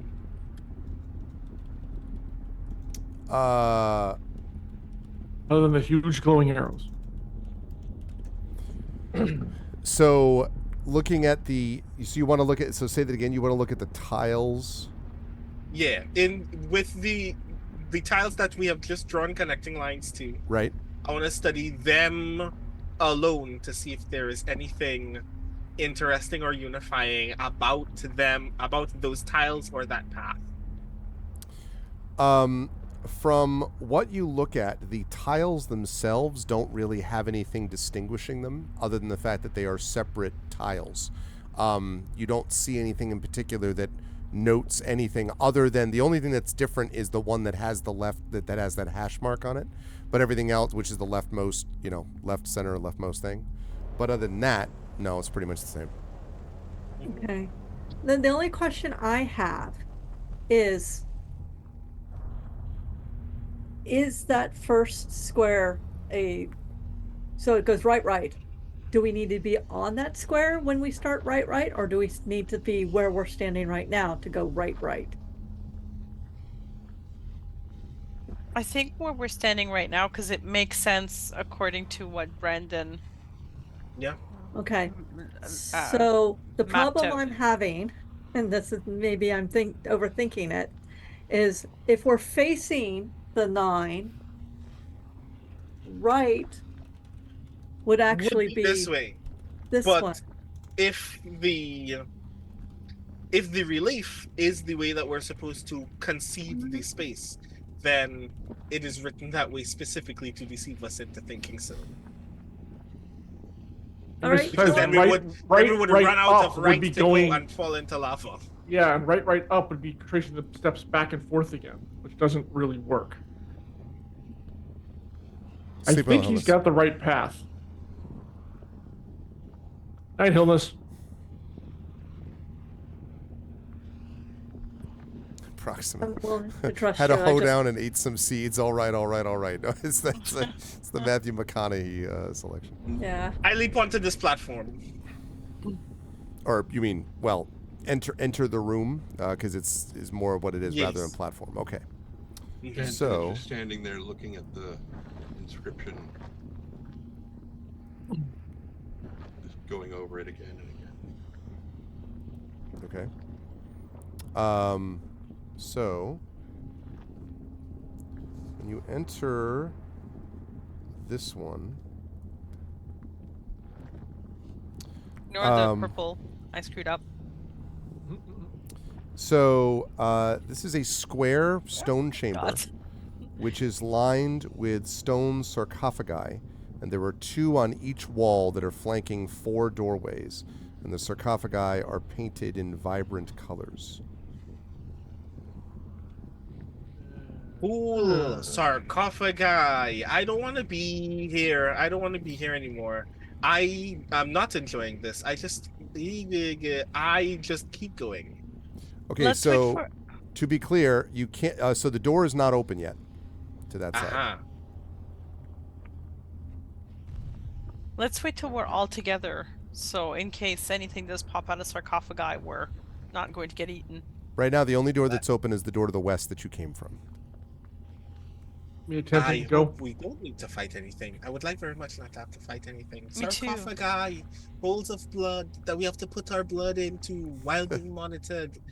So you Giant skull, giant god skull. You've relayed the description of what's going on in there, right?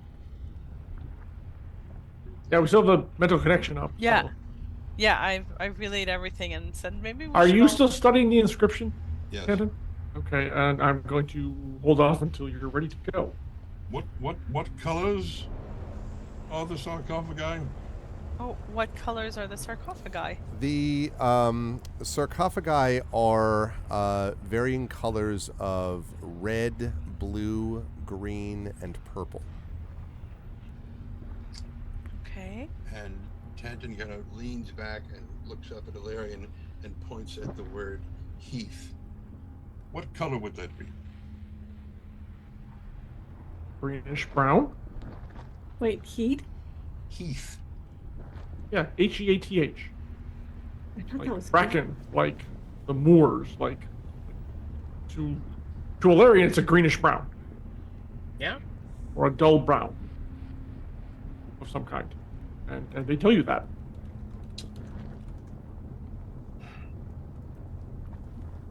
I don't think the directions are the sole bit of instruction here. I think that these colors are relevant to our path as well. Oh, heath is a red color. Grand. We have to think about Sorry, of it I- all, do we? Jen is trying to figure out what the hell words mean right now.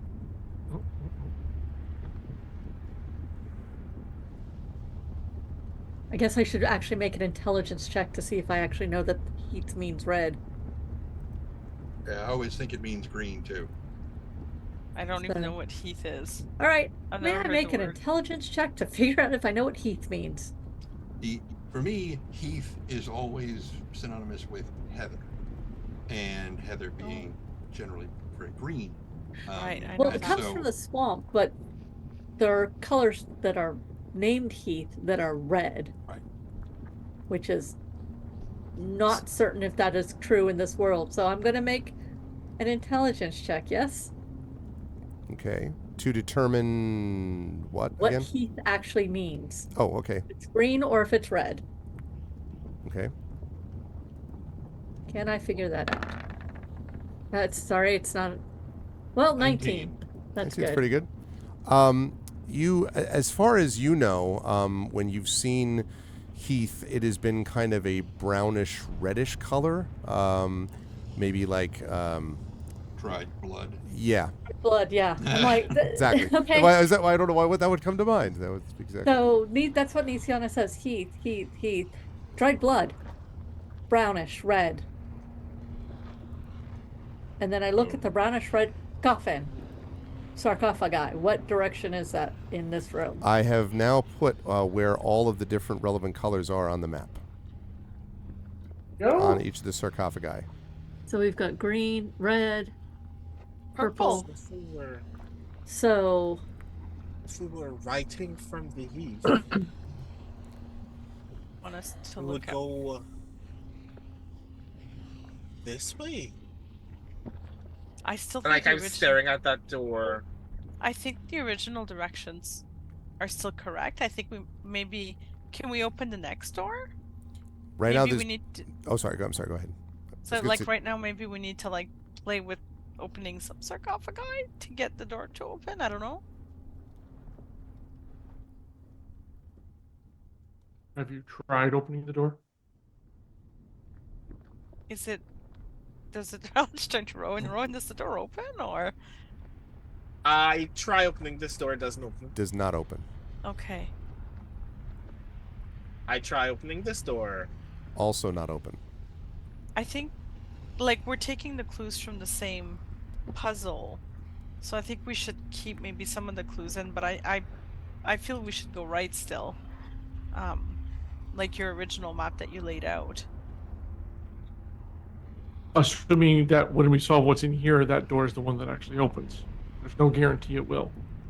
No, I close my eyes and open the sarcophagus. Okay. I need you to make a strength check. This is a heavy stone sarcophagus. Strength? I don't have a lot of that. Or athletics. I'll take that. Just roll with the upper half. You'll be fine. Yeah.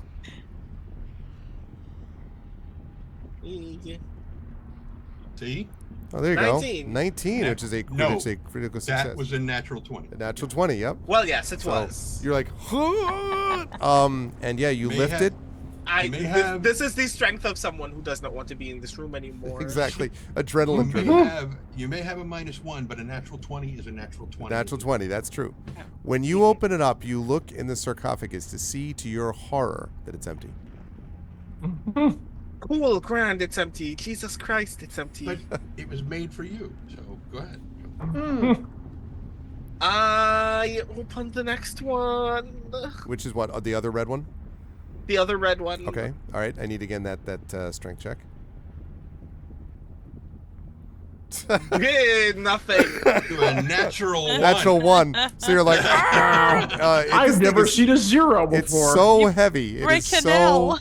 so heavy. You've never seen the heaviness. actually, if it's a This natural possesses. 1, Nisiana believes in you. Uh-huh.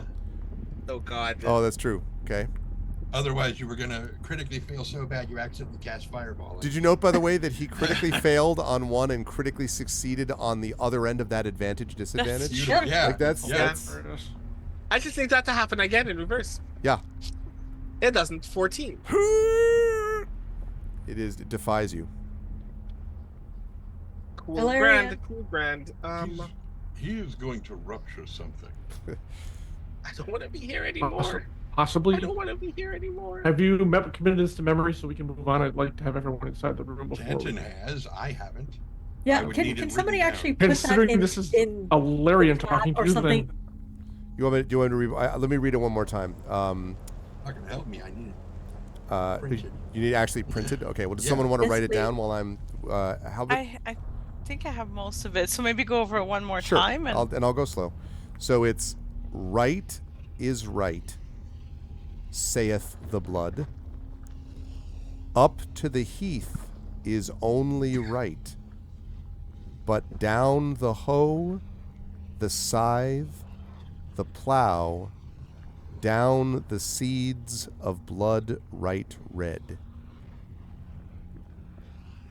Oh my God. Que sera, sera. I am terrible at this shit.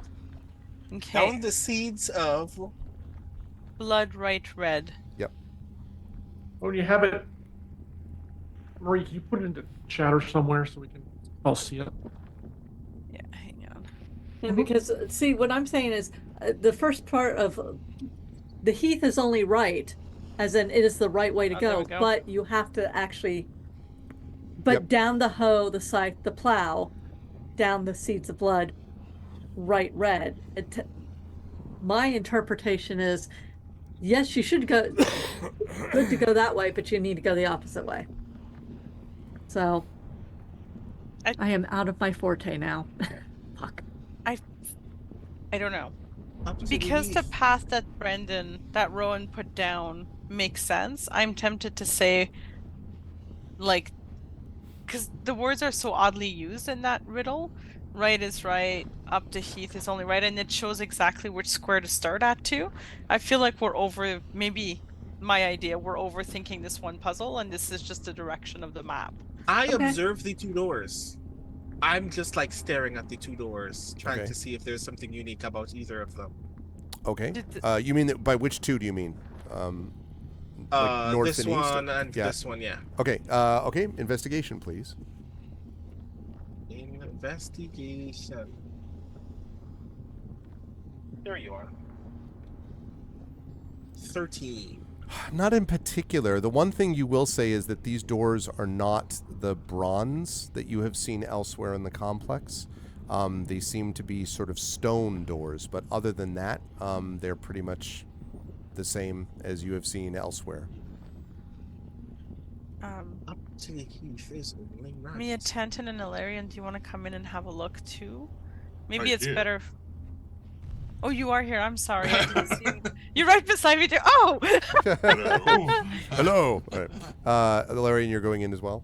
I'm right where I am. I'm looking. So these are cubes. They are rooms. Yes. Does it have a roof on it? Yes. Of stone? Of stone. And how tall are these rooms? The rooms are, each one of them is about, I believe, 10 feet high, yes. And I was watching when people got onto it, they're solid. They're like on a pillar in the lava, the magma. And they didn't move at all. They're not like loose. They're not creaking or No, they're not rumbling loose or rolling. creaking. Ilarion reaches up and climbs onto the roof of the building. The cube. Okay. So they are, I should have specified, they are domed.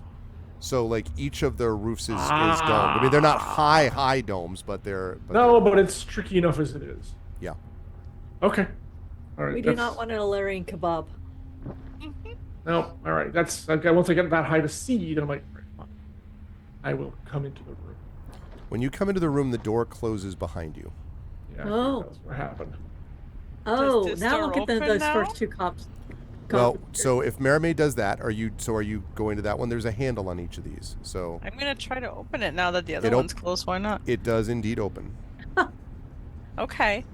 Okay, so I noticed that there is one red sarcophagus that is open. That is correct. Right, yeah, because... And a fairly impressed or disturbed looking Rowan as well. He's Sitting holding there. his side. Oh, my hell. Yeah. I don't know if you saw, by the way, Brandon, but someone mentioned before that you weren't much of a sarcophagus guy. Oh, that was so terrible. I figured you didn't see it because we would have heard something. I don't like that. that was Zed Proxy who said that. We need to name and shame. Yeah, name and shame. No, name and exalt. What are you talking about? Like, okay. Proxy, I am a mod here. I can ban you. Okay. So, That's evil. so that door is open Yep. right now, and I'm only because I assume Rowan is not touching the handle on the northern door, but can tell me if I'm wrong. But otherwise, I'm not touching anything. so then yeah, I'm so then looking at it. So then the door to the east is open, leading into another room if you wish to go into it, Mermaid. I'll look back to the others. Shall we try another room, or do you want to open all the sarcophagi? I would rather keep going. I would rather no longer be in the room with the sarcophagi. Okay. I want to use arcane. I want to use arcane insight. Arv, is Okay. there anything magical in this room? That's my 30-foot radius will cover the whole room. I mean, there is a lot of sort of generalized magic around here. Right. So I'm looking for something strong, like an item in one of these. No. Okay. In that case, we can move on. We can move on. Yeah. Unless you wish to, I will stand either way. We can move on, or we can investigate. It seems odd there were places in here they would all be. I would prefer moving faster rather than slower, to be honest, through these. Then let's go. Okay, so... Yeah. So you're going to the direct right, if I'm... I'm going to go into the direct right unless... Yes. Yeah. Go to the direct right. Okay. Oh. Okay. So that door is open, and I need to know when touch people that. come into... Right. I was going to say, because there is an elaborate metal pedestal in this room, which has been made to look like a large gnarled tree, and it's holding a transparent glass sphere at its peak. And there are also, as you can see, doorways to the north, to the south, and the one that you just came from the west. I Jess, if you want to test something, to touch something, Rowan, I don't want to stand in your way. But... I'm hurting me at chanting. There he goes. I come up to this door, And again, Arv, once we step step through, the door behind us closes. That is correct, and... Okay. Yeah, I want to look at this northern door. Okay. Go ahead and make... you can do an inspection check for me, please. Or sorry, investigation for me. Investigation. 90. Okay. It looks to be just like the same kind of door as the one that you just left. And so it's identical, basically, to the one that you just came from. I try to open it. You were able to open it. I immediately turn to Merame and go, let's keep going. I don't like this. This is not fun. Okay, let's do it. Puzzles are often fun. This is not fun. No. All right. If you go in there, this is revealed. Yellow. And Is it a big specifically, button? it is not a big button. The only furniture in this room is a single yellow vase on a large pedestal in the room's center. And there are doorways to the south you just came from and one to the east. I immediately walk past it and try this door. Oh, Is Alarian, coming we up? need you. Yeah, Larry, the door's not open yet. Yeah, let's just go. If this is working, let's just keep moving. Okay. Let's just not touch anything. Yeah, I'm kind of Not the same. nothing. I'm the same mindset. I've never been so unenthused by I'm playing a of- D&D game where there's a player who likes to almost literally lick everything that's interesting. Oh God, yeah. She is a catalyst. She's fun to play with, but my God, there is no hurry with her. So you're We- heading. Sorry, you're heading Rowan directly to the east. You were. yes. Yeah. Okay. The four walls of this room, Rowan, each holds an offset single portrait in a gilt frame, and there are captions underneath each of them. According to the captions, the north portrait depicts King Caius I. It's up here. The east wall depicts Karn the Conqueror. The south wall depicts Galifar I. And the west wall depicts Colonel Widmond. And this is the first time you've actually seen a picture of Colonel Widmond. And so if you'll bear with me for just a second, I will give you a picture of said person. I want to see if he's the person I saw in my dream, too. Yeah, I'll talk about that in just of a course. second. I'm just very excited. Okay. Why do I feel like Arv saying that in particular means the answer to your question is yes? Either that or no. Mhm. But no, yeah. He could have phrased it any other way. He phrased I it know. like that. And if the answer is yes, we just stab the portrait like the portrait of Dorian Gray, and he just dies. Except we're supposed to bring him back alive so he can be questioned. Yes, just I feel questioned the you were portrait. correct, Brandon. Oh, that'd be a lot easier. Who does Lover 2 work for? Oh, I mean, I suppose if I put gentle repose on his body, we could just bring the body back and then revive him. She says, giving you a hint of what Mirror, Mirror, Nisiana would be like. Okay, I'm here, kind of liking that version of Mirror. here's the picture that you see. Wait, Strange. is that the bad guy? A kind of cruel looking man with his arms folded, sort of staring out at you. Marame, this does indeed look like the man that you saw in your dream. And Nisiana, I would like you to make a perception check for me, please. Oh, Enemy character. can I guide myself? Can I guidance myself? I think you can, I believe. Well, you know what? I could use all the help I have. I think you from... still have inspiration too. Unless Oh, no, I used. Did Even I use if it? you can't guidance No. yourself, I can guidance you, so you have guidance. I have guidance. didn't use I'm the going to be D10 though. perceptive. Please be perceptive. So this plus a D4. I rolled. Oh God, an 11 plus a Yeah. D4. Uh-huh. Is and you still have the inspiration. You didn't use it. Oh, I do have an inspiration. I'm going to use it. So Yeah, that's you 12 used the D10. plus a D10. So So- now we're looking at, what is that? 19. 19. Nisiana, you were sort of fascinated by this, and you see Widmund, below, and he has his arms folded. And as you look deeply into the picture, his eyes shift to focus on you. She says aloud, he sees me. And that's where we're going to bring our session to an end. In the midst of a puzzle room and an evil portrait. I'm sorry if I apparently. stole your thunder. No, that's fine. know that it's evil. I actually think it's better because you were like, he sees me, and that's a good, even better place to stop than where I would have stopped. What were you going to say? Oh, I was just gonna basically be like, it appears like he's following you, and then it's gonna be like, and that's where we'll bring our session to a close. And you're like, well, first he Oh. sees me. I'm like, then we'll actually, that's where we bring our session to a close. This was a really, really fun one because my we got a God. chance to actually see. First of all, I think everybody by the end was like, what is with this freaking? These people are weird. Like there was a lot of blood and skulls and like all that stuff, and it is not a pleasant place. And then secondly, this is all apparently nature's way of saying do not touch, because this is apparently if this is only the penitent man shall pass or whatever. Like you all are like, man, there is a bunch of stuff that you're having to go through to get to where it is that you want to go.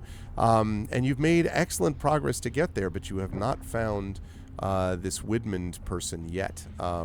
We will see what happens. I will note for the group, by the way, so far, I can't talk more about the rooms yet, but I will note for the group that as a whole, you've done, it seems to me, pretty well in managing to not trigger alarms or warn anyone off or do anything like that so far. There were multiple ways that could have happened, and so far you've zigged and zagged at the right time. So good work so far. How long this will continue, that we do not know. We will find out.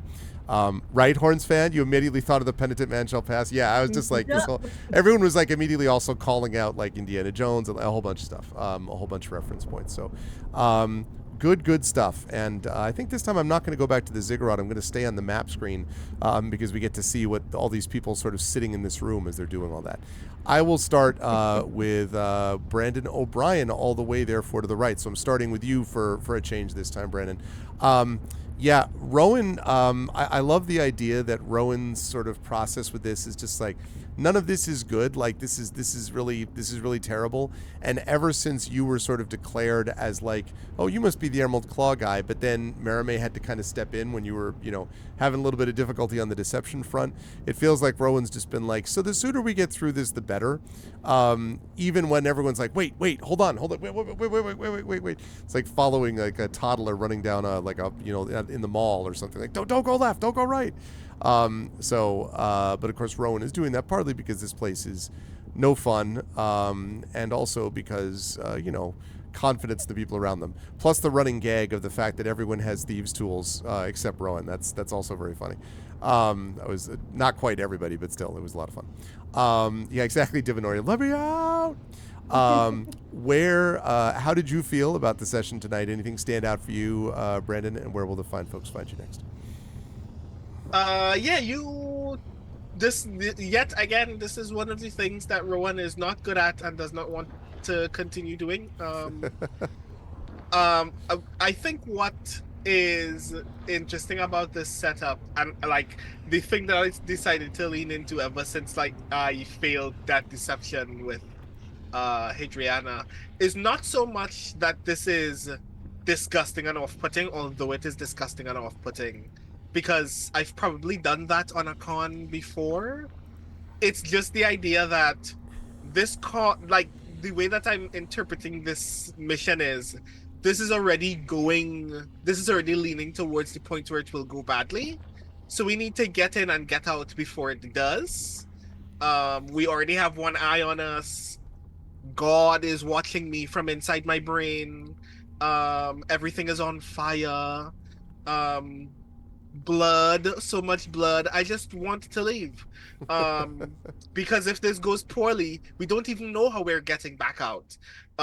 So just doing as much as possible so we could think about how we get out afterwards is better than constantly thinking about everything. I'm processing this like we've broken into a house, and even though the lookout has said that everything is fine, in my head I'm like, we don't have a lot of time. Someone is gonna come back home any minute now. um and I don't want that someone to be God. So I'd like us to just leave.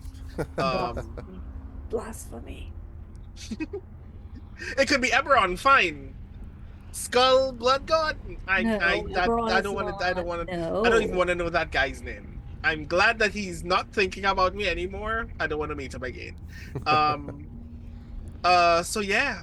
Where you can find me next. God, what's happening in my life again? As previously mentioned, on March 13th, I will be doing a poetry workshop with the folks from Spectrum Writers London. And you can sign up for it right now at the meetup link that is in chat at the moment. I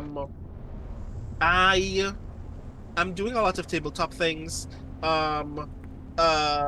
Arcanites, a Power Rangers actual play, has started back its the latter half of its first season very recently, and we will have our next session 2 Mondays from now. That will be the 3rd of March. So that's gonna be a lot of fun. And also sometime very, very soon in March, date TBD, but finally Leverage Port of Spain is going to be happening very soon. We have been fighting against the scheduling gods to make sure that this happens, but very soon we will actually be recording our first session, and I can't wait for the shenanigans to begin. And I think that's it. Also, Tin House is almost done. Pray for me on this novel. You'll be fine. I am very excited This. that I had the opportunity to do this thing, and and suddenly I am so much more rejuvenated to write prose again. So I'm very excited for that to happen. Also in publication front, in the upcoming issue of Uncanny Magazine, I will have an essay. It's a lot of fun. It's about Evangelion and Shin Kamen Rider, and about how weird we are about young men in media. So yeah, I can't wait for people to read it, because it was just a lump of words in my brain, and now it's not. Now it exists. So What yeah, about our podcast about Shin Kamen Rider? That's still. So many things have been happening. My brain has been bad. But that episode of Righteous Kicks is also going to be coming out very, very soon. Okay. Partly because somebody else is going to edit it instead of me, because my brain has been bad. But it is happening very soon. And when that does happen, I will make a lot of noise about it. Over on Twitter, and on the Skiffy and Fanty Show Twitter as well. Oh, yay. So definitely look out for that. Awesome. Sweet. Good stuff. Thank you, Brandon. Always a pleasure. And I will speak to you soon. Quite soon, actually. He said. But thank you, Brandon. Always a pleasure. Good stuff tonight. Moving over on the map screen, that means that next up is Jen. And Jen, there was some. I love Nisiana's reaction to stuff, just sort of being like, everything about this is miserable. And the fact that Nisiana also is like acutely aware that when healing does need to happen, it means that she's going to stand out, and that's going to be a problem because these people go after healers in the way that you've described and so on. There's that. Not to mention that this is, I mean, like, the music I used for this, the first section of this area was literally Defiled Temple. Like, this is literally the opposite of what you would want, like, in a good, positive religious temple, not whatever the hell this is. So these people are bad news, and so it was fun watching Nisiana go through that and try to figure out what's going to happen. I love the idea of Nisiana running across the bridge with a rope and being like, I'm fine, everything's fine, I'm not dead, okay. How did you feel about today's session? Where will the fine folks find you next? So sometimes I wonder and worry about Tren because he's often very quiet. But today I took a page from Tren's role play, and 90% of it was in my head of, oh god, this sucks, oh my god, I don't want to do this, oh my god, what are we doing here? Mm-hmm. How am I gonna do my mission? Like 90% of my role play was inside my head and not on the screen, and it was delicious. It was a lot of fun. I mean, I don't like to play like that all the time, but she is going through some minor existential crisis right now, quietly going, I didn't mean to do anything bad, Eberron. I'm doing the thing I have to do. Oh God, this sucks. So, so she's not enjoying this at all. She is absolutely worried. Jen has no brain right now. So the puzzle was especially hard for me because I was having a hard time orienting myself and such. So I'm very glad that other people were smarter than me tonight. Where am I going to be next? Well, I'm going to throw a whole bunch of stuff at you at once here. Oh, character limit. Let's. Apparently not enough stuff. Okay, so there's my publication. Or they can be contained. It's gonna be a version of Trends demonetized.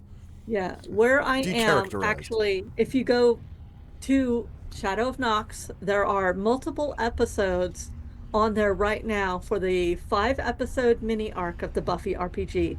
I think we're on episode 4 tonight, so the finale will be tomorrow night, and you can go and watch them all, and then the next time we meet, I'll be putting the YouTube channel on. Or you can go to YouTube and look for Shadow of Nox and look for the Buffy playlist. Otherwise, where am I going to be next? I'm going to be working at home, fixing a novel, trying to put my brain back together while I'm putting together short stories for things that are due, like, immediately. So, Shadow of Nox, or I'll be here, or I'll be on Blue Sky, which is my main social media. And that's about it. Good stuff, Jen. And congratulations on all the various things. All the things. All the things happened this week. All the various things going on. And good stuff. Moving right over to the next person on the list, and that is John. Ilarion, too. I mean, I loved when everyone was trying to figure out, you're all trying to figure out, like, how much weight can a rope hold. I was actually, like, I was Googling up, like, what the assumption of a break limit is on a rope. And, regardless, everyone figuring out how to go across and do whatever.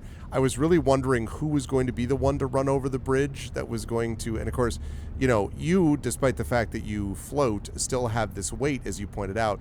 So Rowan being able to Misty Step and presumably Marime with maybe Dimension Door or something, like, there were a couple of options, but Ilarion would not have been a great one to fall down the middle of that bridge if that had been you that had triggered it. So it would have been interesting to see how that all went down.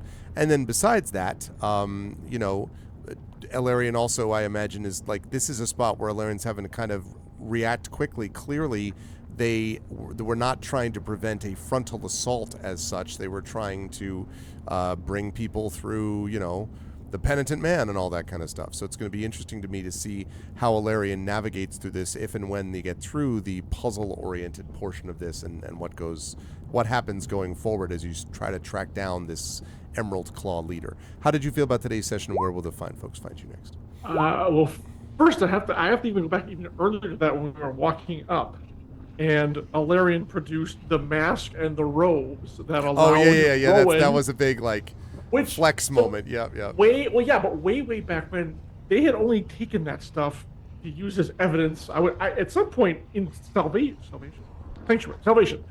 I thought we were going to go up to someone like, no, the proof is here, and he was going to slap the mask down. We never did that, but I never got rid of the mask. I'm like, well, just hold on to it. And then literally 10 level, it must be almost 2 years later in real time. Like, here you go.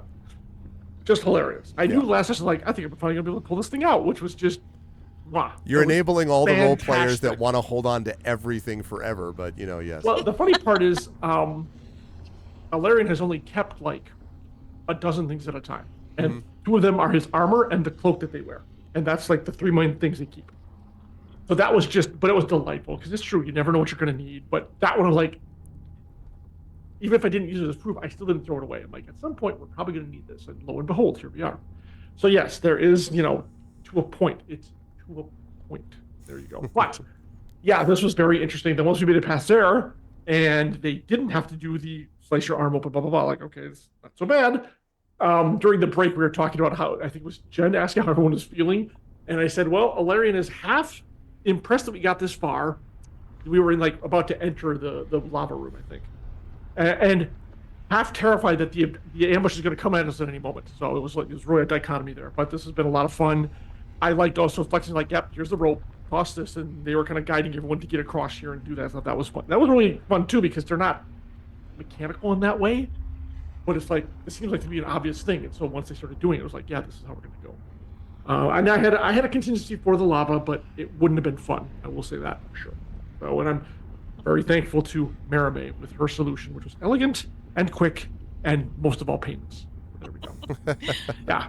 I am looking forward. I have to say, Alarion was a little tempted by what we've seen so far, but it's probably better that we do keep moving in these little cube room things. So the sooner we're out of here, the better. And yes, the most thing they're concerned about is hopefully we don't have to go back the way we came, that we'll be able to find another way out of here, because that, of course, way doesn't exist anymore, or at least not easily.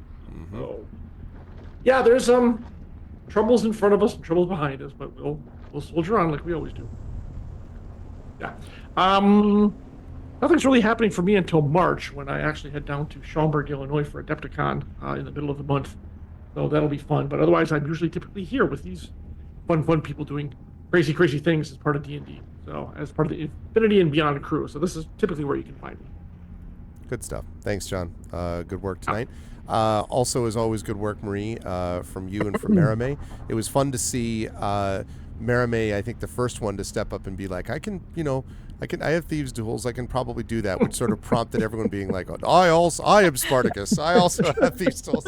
It was very, and then just Rowan being like, God damn it. I thought they were good. Very funny, yeah. But I was, okay, fine. You all have it. And then of course the other thing is several sort of bookended moments. One, Marame, the dimension door thing was obviously helpful. There was different mechanical stuff. You were right on what you thought the solution of the puzzle was, and you're midway through it, so I won't talk about what you've done or not done or whether it succeeded, but you were right on sort of thinking about what that was. And then to get to the middle of it, right towards the end of our session, and to see Widmund, who you're the only one who has seen some version of this, right? At least other than just what you would see in a photograph or in a portrait. So this is one where you were able to actually attach it to something which you personally theoretically would know. And so it's going to be interesting to see what Marame's sort of approach is going forward, now that she knows that seems to sync up with her dream one way or the other. So violent, because he sees her sister. Yeah, well, right. And now the worst. Right, exactly. How did you feel about today's session? Where will the fine folks find you next? I loved it. I had a lot of fun with today's session, and I have to admit, I am a sucker for escape rooms and exit games. I love and those all too. That stuff. Yeah, like Carrie and I, I don't know if you know them, the exit games that you can bring. Yeah, I have one of those. Yep. we have like a bunch, and we've done about, we did like 3 over the holidays. Like it's one of our party times. So yeah. So when I heard the first time you said it, honestly, I didn't even hear the middle word. I just heard right, and I thought they were gonna be directions. Mhm. And then I started writing, well, like, but wait a minute. And then I heard another one. I'm like, okay. So when you said it again, I was like, okay. Yep. So yeah, but anyways, I'm a sucker for exit rooms and escape rooms. So yeah, thank you. That was a lot of fun. It was scary as well. I don't think it smelled very good. Um, That is correct. although I am very Everything that proud of wasn't on fire was already dead. Yeah. right? Like, I have to say though, I am proud of us for managing not to elicit too much suspicion, and also not trigger, if that bridge was a trap or not is still up in the air, but not trigger any other traps anyways. So like, go team go. Mhm. Like, high fives all around, you know. So yeah, lots of fun. Thank you. And yes, Mirimi's reaction, recognizing, once she recognizes the portrait and she remembers exactly what happened, I would, yeah. We'll see. Yeah. We'll see what happens. Yep. Don't let me forget to lead off with like Marimay's reaction. If I forget, please someone remind me. Like, we want to know Marimay's reaction because I certainly And the do too. whole he sees me thing. Yeah, and well, that's what I mean. Yeah, like Yeah, 'cause combining that'll that be the together. reaction to Like, that. yep. Yeah, Mirimi's reaction, and she knows what to do with walls. Blow it open, let the magma flow into the room. Oh no! Yeah. I'm sure it'll be fine. It'll be fine. So I'm here to next- tell you about the King's Citadel and how they obliterated themselves because someone blew up a wall. Hey, look, we're somewhere where they bring people back to life a lot, so I feel like we'll be fine. Yeah. There you go. Sure, the undead King's Citadel. You why may not? not like the life you have afterwards. Yeah. but, I have to be alive to bring you back to life. Look, I can Oh, only do she so wasn't much. talking about you. I can only do so much. I'm sorry. Okay. So next, I have a story in Jen's anthology that came out, 99 Fleeting Fantasies. So I have a story which is based on Bag of Giving, which was on this channel, Mhm. and we did one game with Kate Hartfield and My Brain is Dead, but it was super fun, and it was Lord of the Rings based, and in it there was an elf who came back to life to give us a prophecy, and then because due to the prophecy she was like sleeping for 1,000 years and she died shortly thereafter, and it was very sad, and I've been thinking about it for a long time. So the story is basically what happens when someone wakes up for the prophecy but then does not actually die as expected by the prophecy. So It's like very sweet and very sad and very confusing, but lovely. It's lovely. good confusing, but Yes. yes. Would you like a cup of tea, basically? So yeah, so check it out, and I will be here next. If you're in Ottawa area, which I don't know if you are, but if you're in Ottawa area, I will be at the Great Author Takeover in Carleton Place at the Brookfield Hotel, which looks very lovely, and I will be there. It's a fun event, lots of authors, lots of books. Grab your ticket and come on down and visit. It's going to be good. That's it. Good stuff. Thank you, Maria. Always a pleasure. Good work there. And last but certainly not least, Trent Tanton. First of all, the thieves' tool thing was very funny. I love the image, by the way, of you just like realizing that the door's open, being like, "Yes, well, that works now." And opening it up is just all you had to do was open it in the first place. It was very funny. But then also, of course. Tanton's understanding. I'm curious actually to see what happens with Tanton's understanding of the kind of mechanical layout of this place, because a lot of this is the engineering of it, right? That I think Tanton probably. I mentioned the torches at the very beginning, and it's stuff that I'm interested to see in terms of how Tanton would react one way to that from an engineering point of view. Obviously, the Emerald Claw also are extremely dangerous and problematic, and all that. But the engineering of it and how Tanton is going to approach that as time goes on and goes through this is going to be interesting to me. Also, I love the fact that everyone's much more protective of Spanner, and Tanton's like, well, I could just make another one. It's really not a big deal, which is very consistent. I just think it's funny that everyone else is like, no, you should not hurt the goodest boy. How'd you feel about today's session, Trent? Where will the fine folks find you next? First of all, Tanton has thieves' tools, tinker's tools, cook's utensils, jeweler's tools, smith's tools, and calligraphy tools, and he is proficient with all of them. So he's a true value, is what you're saying. Like Yeah, yeah, right. And because of one of his artificer abilities, he uses his intelligence modifier instead of what would normally go with that tool, which is why he has a +13 to using all of them. Yeah. So yeah, he's. I forgot to mention some clutch rolls in there too. Like yeah. Right. Yeah. But if he were one level further, he would have access to 4th level spells, and when that bridge broke, he would be able to cast Fabricate and pull stone out of the walls around them and make a new bridge. Oh, nice. Thing. But he can't do that yet. So it's just like, you will never be an adventure with a bridge building again. No. Because I love this spell. I never get to use it, but I love the spell. And from the description, it says, for example, you can fabricate a wooden bridge from a clump of trees, or a rope from a patch of hemp, or if there's like a bunch of wool or cloth nearby, you can just make clothing out of it. Yeah, it's a great spell, great for an artificer especially. But he can't do that yet. So, the only other thing I was thinking of was that it might be interesting if he had to cast Tensor's floating disc, because it would be able to support any of it, but he has to move 20 feet away from it for it to start following him. And if the bridge had broken, it's just going to drop into the thing, and it would probably float above the magma, but it wouldn't be able to follow him up the wall. Yeah. Thing. So it's just crazy. I love it. It's fantastic. It's beautiful. I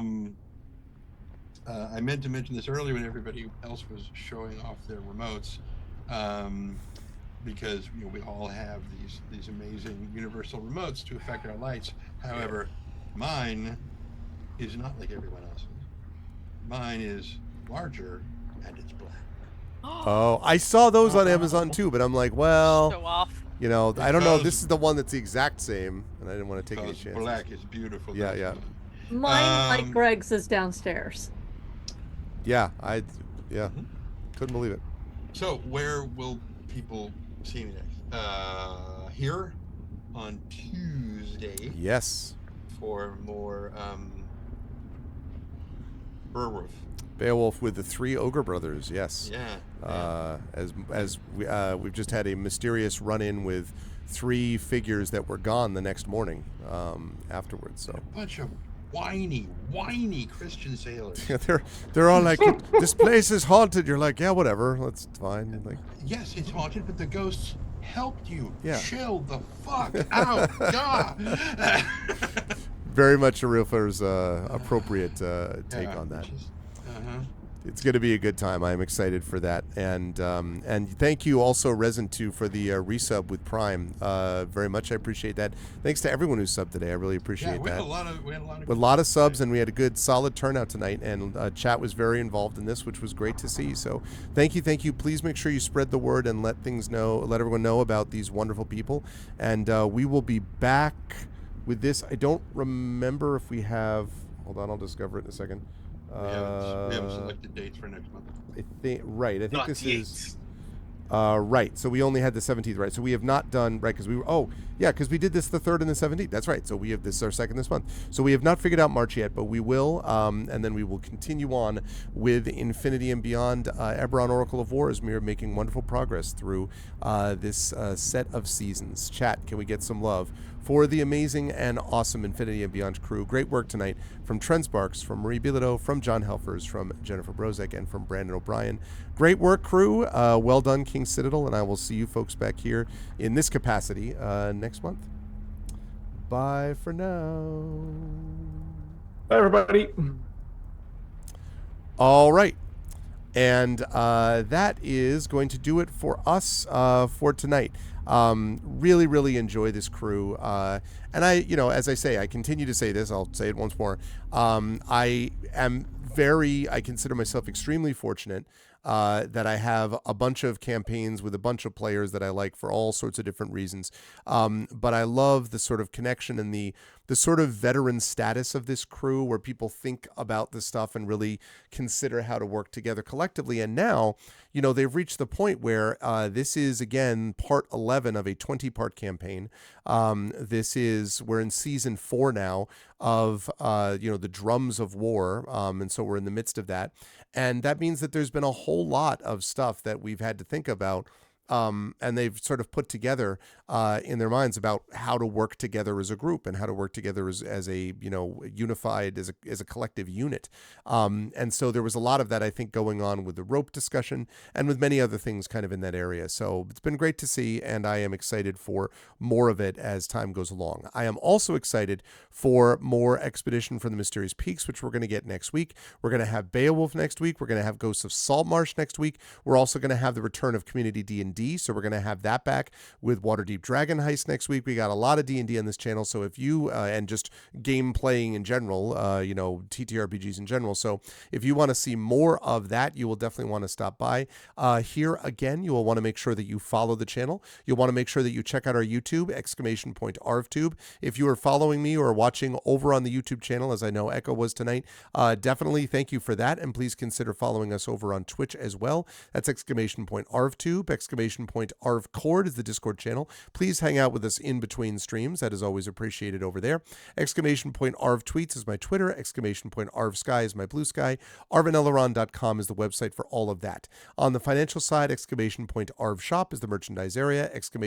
!Arv, and that, by the way, is where you can get this fancy thing, which also says on the back, hold on a second, says on the back, the best bad idea we've ever had. That's what it says. Best bad idea we've ever had, which is the entire crew.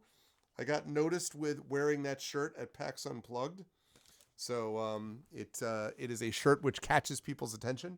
And there is also, of course, Shire Adventures, and also formerly the Adventures of Middle Earth stuff we still have up there. Arvan Elleron channel stuff. You're going to have Expedition to the Mysterious Peaks there as well. My mic perfectly blocked the camera. Great. All right. Let me try it this way. God bless America. Stop. Okay. Here we go. See? Like that. Now you can see it. Now you can see the thing. Now we see the violence inherent in the system. Now you can see it all. So yes, so you can get that, and you can get that swag, which is both cool for you and also supports the channel. So please consider doing that. You can also support us at the Patreon, !ArvTreon. That really is the financial backbone of the channel. You can get stuff uniquely there that you can't necessarily get just from subbing. We tried to make it so it didn't overlap, so that you can also get stuff from subbing that you can't get with the Patreon. But we're really trying to build that back up and move that number upward. I would like to be able to do things like a new Arvanot Idol contest, which is a writing contest that we do. I would love to be able to do like a talisman tournament again and stuff like that, but I can only do that if we get up to a certain level. And so I hope you will consider checking that out and supporting the Patreon. Cool stuff for you and the channel. Also, subbing to the channel, as a number of you did tonight, was much appreciated. That really makes a difference. Thank you to TomTom for all the gift subs as well. That makes a big difference as well. Hold on a second. Blue Sky doesn't seem to resolve. Oh,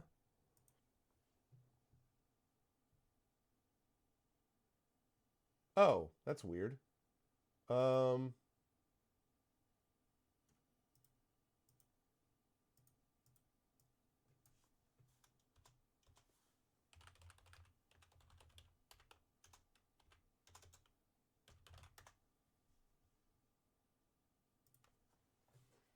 Well, all right.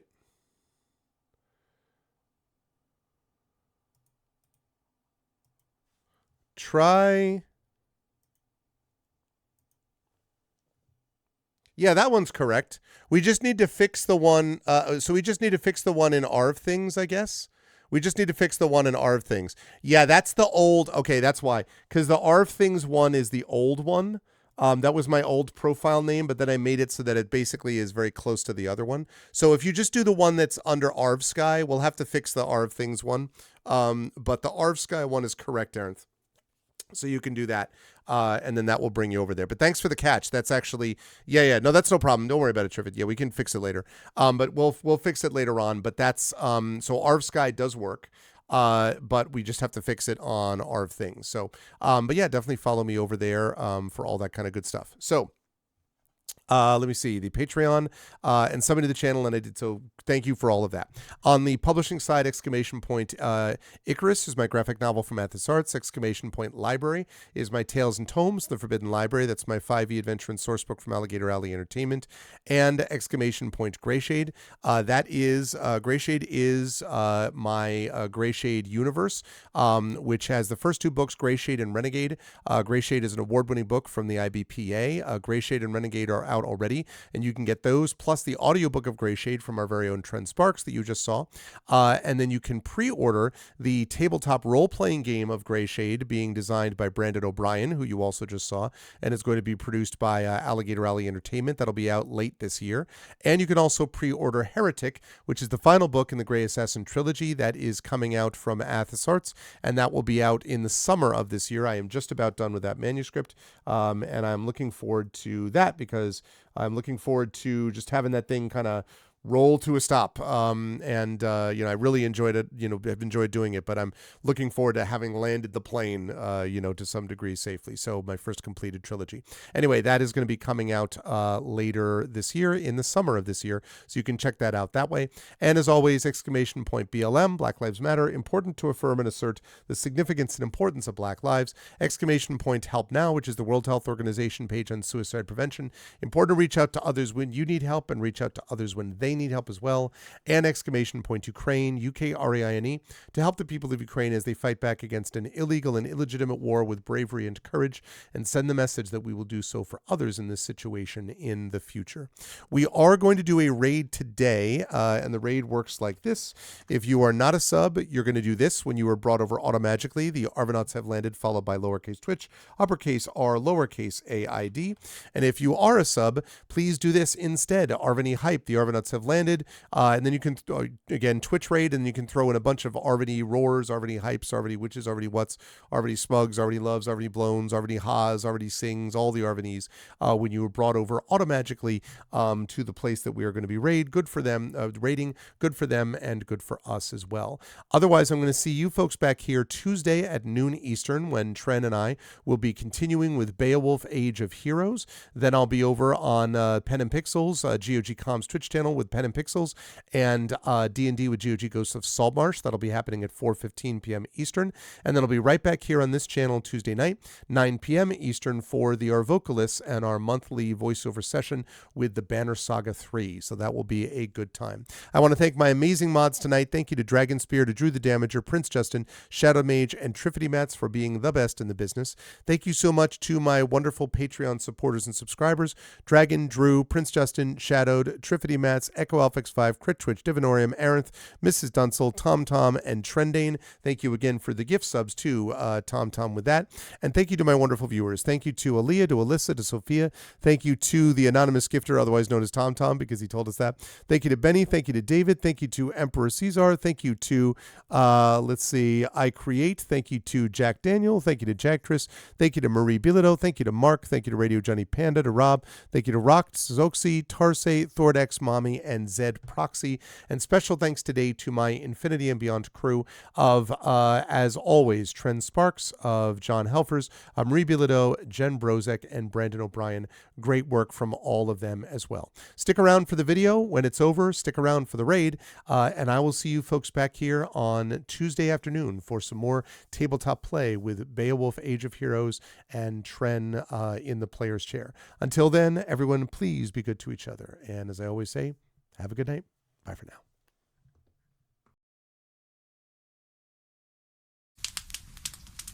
Most folks in Eberron live their lives hoping to survive and protect the ones they care about the most. A few do that and more, trying to help those around them, even the ones they don't know. But only one group does all that when no one else can. The King's Citadel. The ones who do the job no one else can do. Ilarion, the Shield.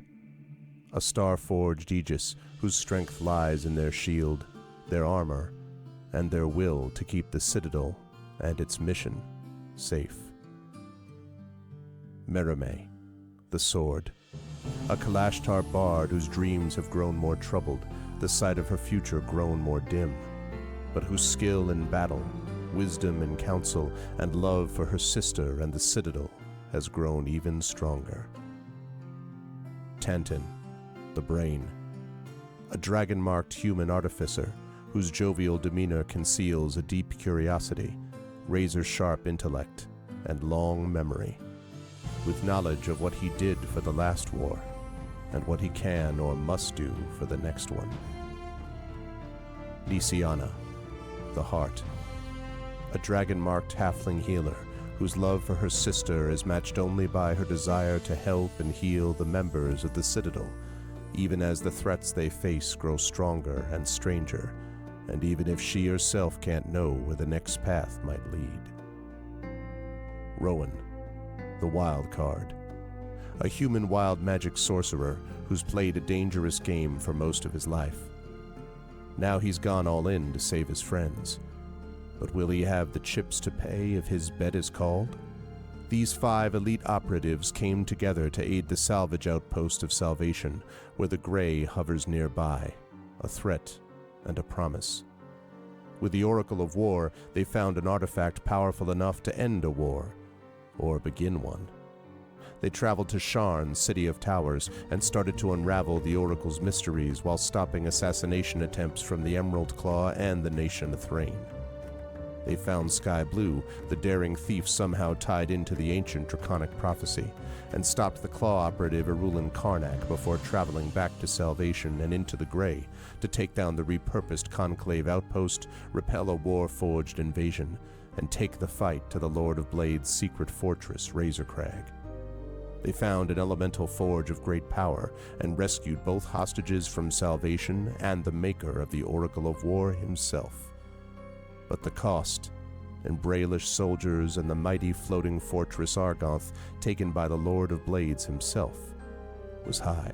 Now the King's Citadel must widen their world, traveling to the neighboring countries of Karnath, Thrain, and beyond. They've saved Salvation, navigated Sharn, and neutralized Razorcrag. But can they learn the Oracle's secrets, unmask the Emerald Claw, and stop a war? Only if they remember that in the end all they have is each other and the King's Citadel. Long live the King. Welcome to Eberron. Welcome to Corvair. Welcome to the world beyond Salvation.